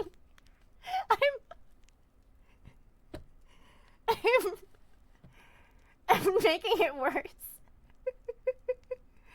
How the fuck do I regularly speak? I don't remember. Okay, well, if it's over, thank you guys for stopping by. This has been... Okay, listen, here's the thing. You have heard me drink water. I've only taken like 2 sips this whole stream. Riddle me that. Esteemed chat, riddle me that. Everclear. Shut up. Oh my goodness. Oh my goodness. I'll drink some water, but like I'm completely like if I was okay, listen, if I was actually tipsy, you'd be able to hear it. You'd be able to hear it. Like I act very, very different. This is me with full free will and control over my brain. It's just what I choose to do with my words and my sentences and my thoughts is never... It's always weird. And that's the thing. My friend Elle gets this too, Yum Princess. She's always being asked about that. She isn't drinking or anything like that. She's just like really fun to be around and enjoy and happy. Like we don't have to be on anything to have fun. You know?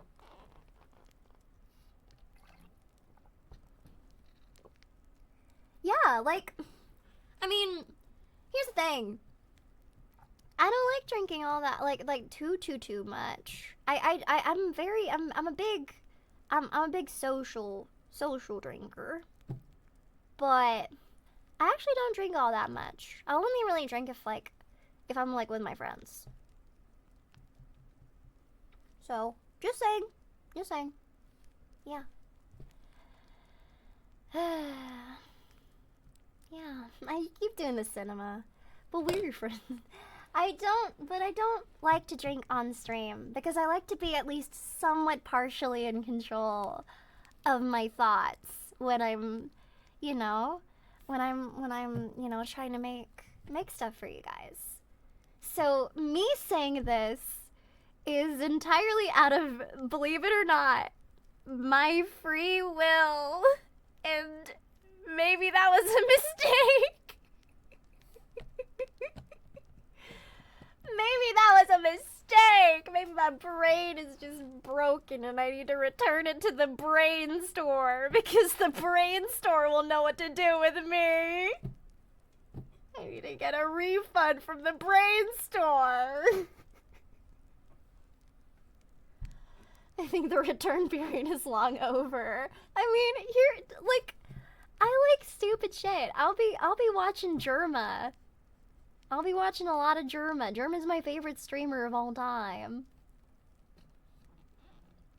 He just infects me with his Germanness sometimes, and so I end up saying like a bunch of weird shit because my brain like sheds its filter whenever I watch certain content before stream. So I think that's what it was actually. I was watching a bunch of Germa before stream. And it got me in a silly mood. And I didn't even need to drink a single drop of anything. Yeah. So riddle me this, chatters.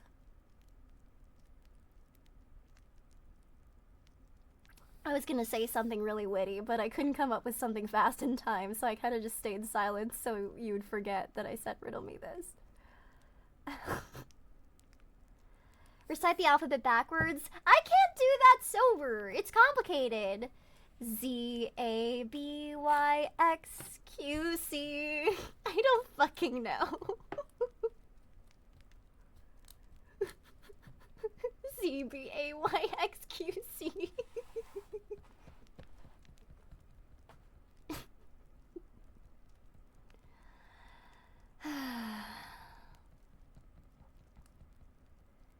I did not watch Forsen very much. I'm like my Twitchisms very much started around like 2018. So a lot of my streamer knowledge comes from 2018 and afterwards. Yeah. Yeah, I don't know. Like I watched a lot of Doug. And I used to watch Daff a whole bunch. Like 39 Daff, I used to watch her a whole bunch. She streams really late now, relative to my time zone, so I can't catch as many streams anymore. Yeah, I don't know. I've always been a big Vebe. I fucking love Nanners and Vebe, and like I did watch a lot of YouTube streamers. I love Vei a lot. She's so funny. She's really funny. I also just watched a lot of Hololive. I watched a lot of Hololive. Specifically Myth and Council were they were a big part of what got me through the pandemic. And that's also around the same time that I got into like JP Hololive as well. Holo JP. But the thing is, because I don't understand Japanese, I unfortunately am more of like I consume the subtitled content and the memes, and like I'll buy the merch, but I'm very much like an offline fan, if that makes sense. So I don't want to LARP that, but yeah. Oh my god, this is so fucking embarrassing. I know VShojo became what it did, but I still remember there's this intro song that they used for VShojo to announce the talents and the roster. It was the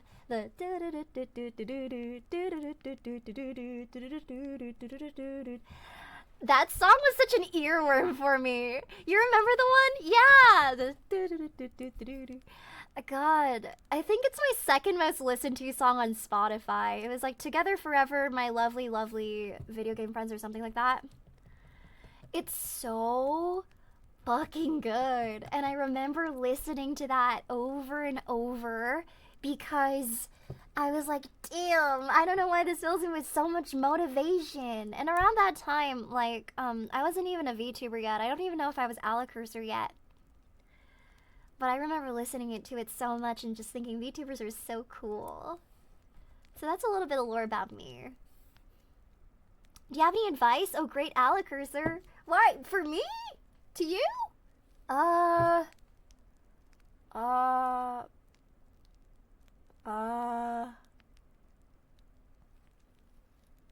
That. I don't know. I don't know. So, shit.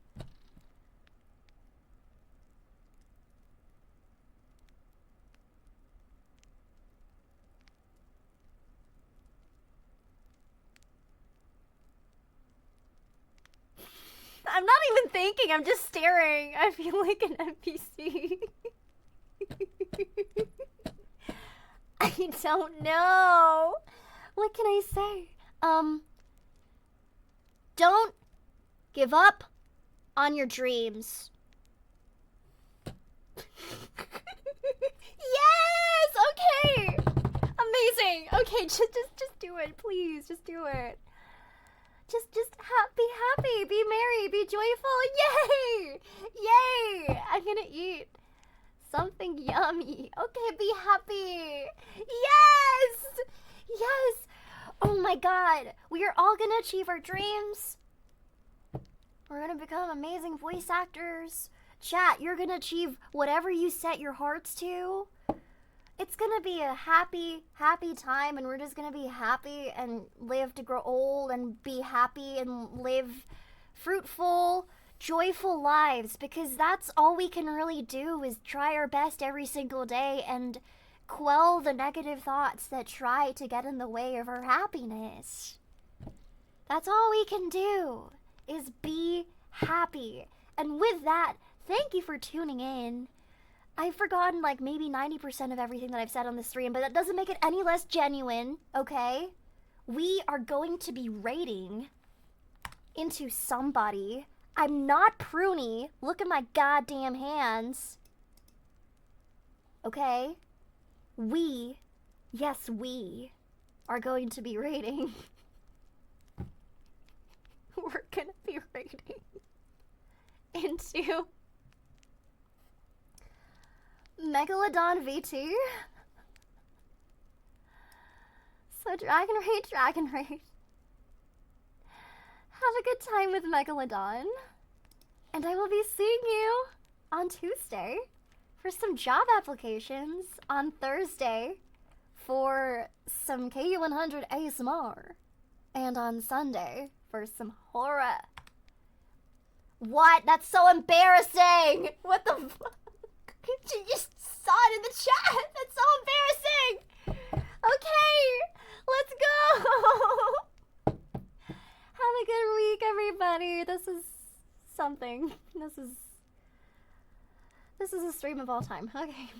Bye. And shout out to Celadon VA, to Poppy Bean VT, to Lucia, and of course to Ellie Bell VT, who I believe is going to be debuting soon, so please support them, please support my friends. They're all very lovely and very talented VAs and awesome and cool and, sappy, gross. Let's just raid into people before, I hope none of them are here anymore, because that's embarrassing. Okay, bye. Bye, bye, bye. Wait, pack it in. Yes, we're almost at 1K. Pack it in. No, don't leave. Yes, pack it in. We want to raid with as many people as possible. Pack it in. Yes. There you go. Yay! There we go.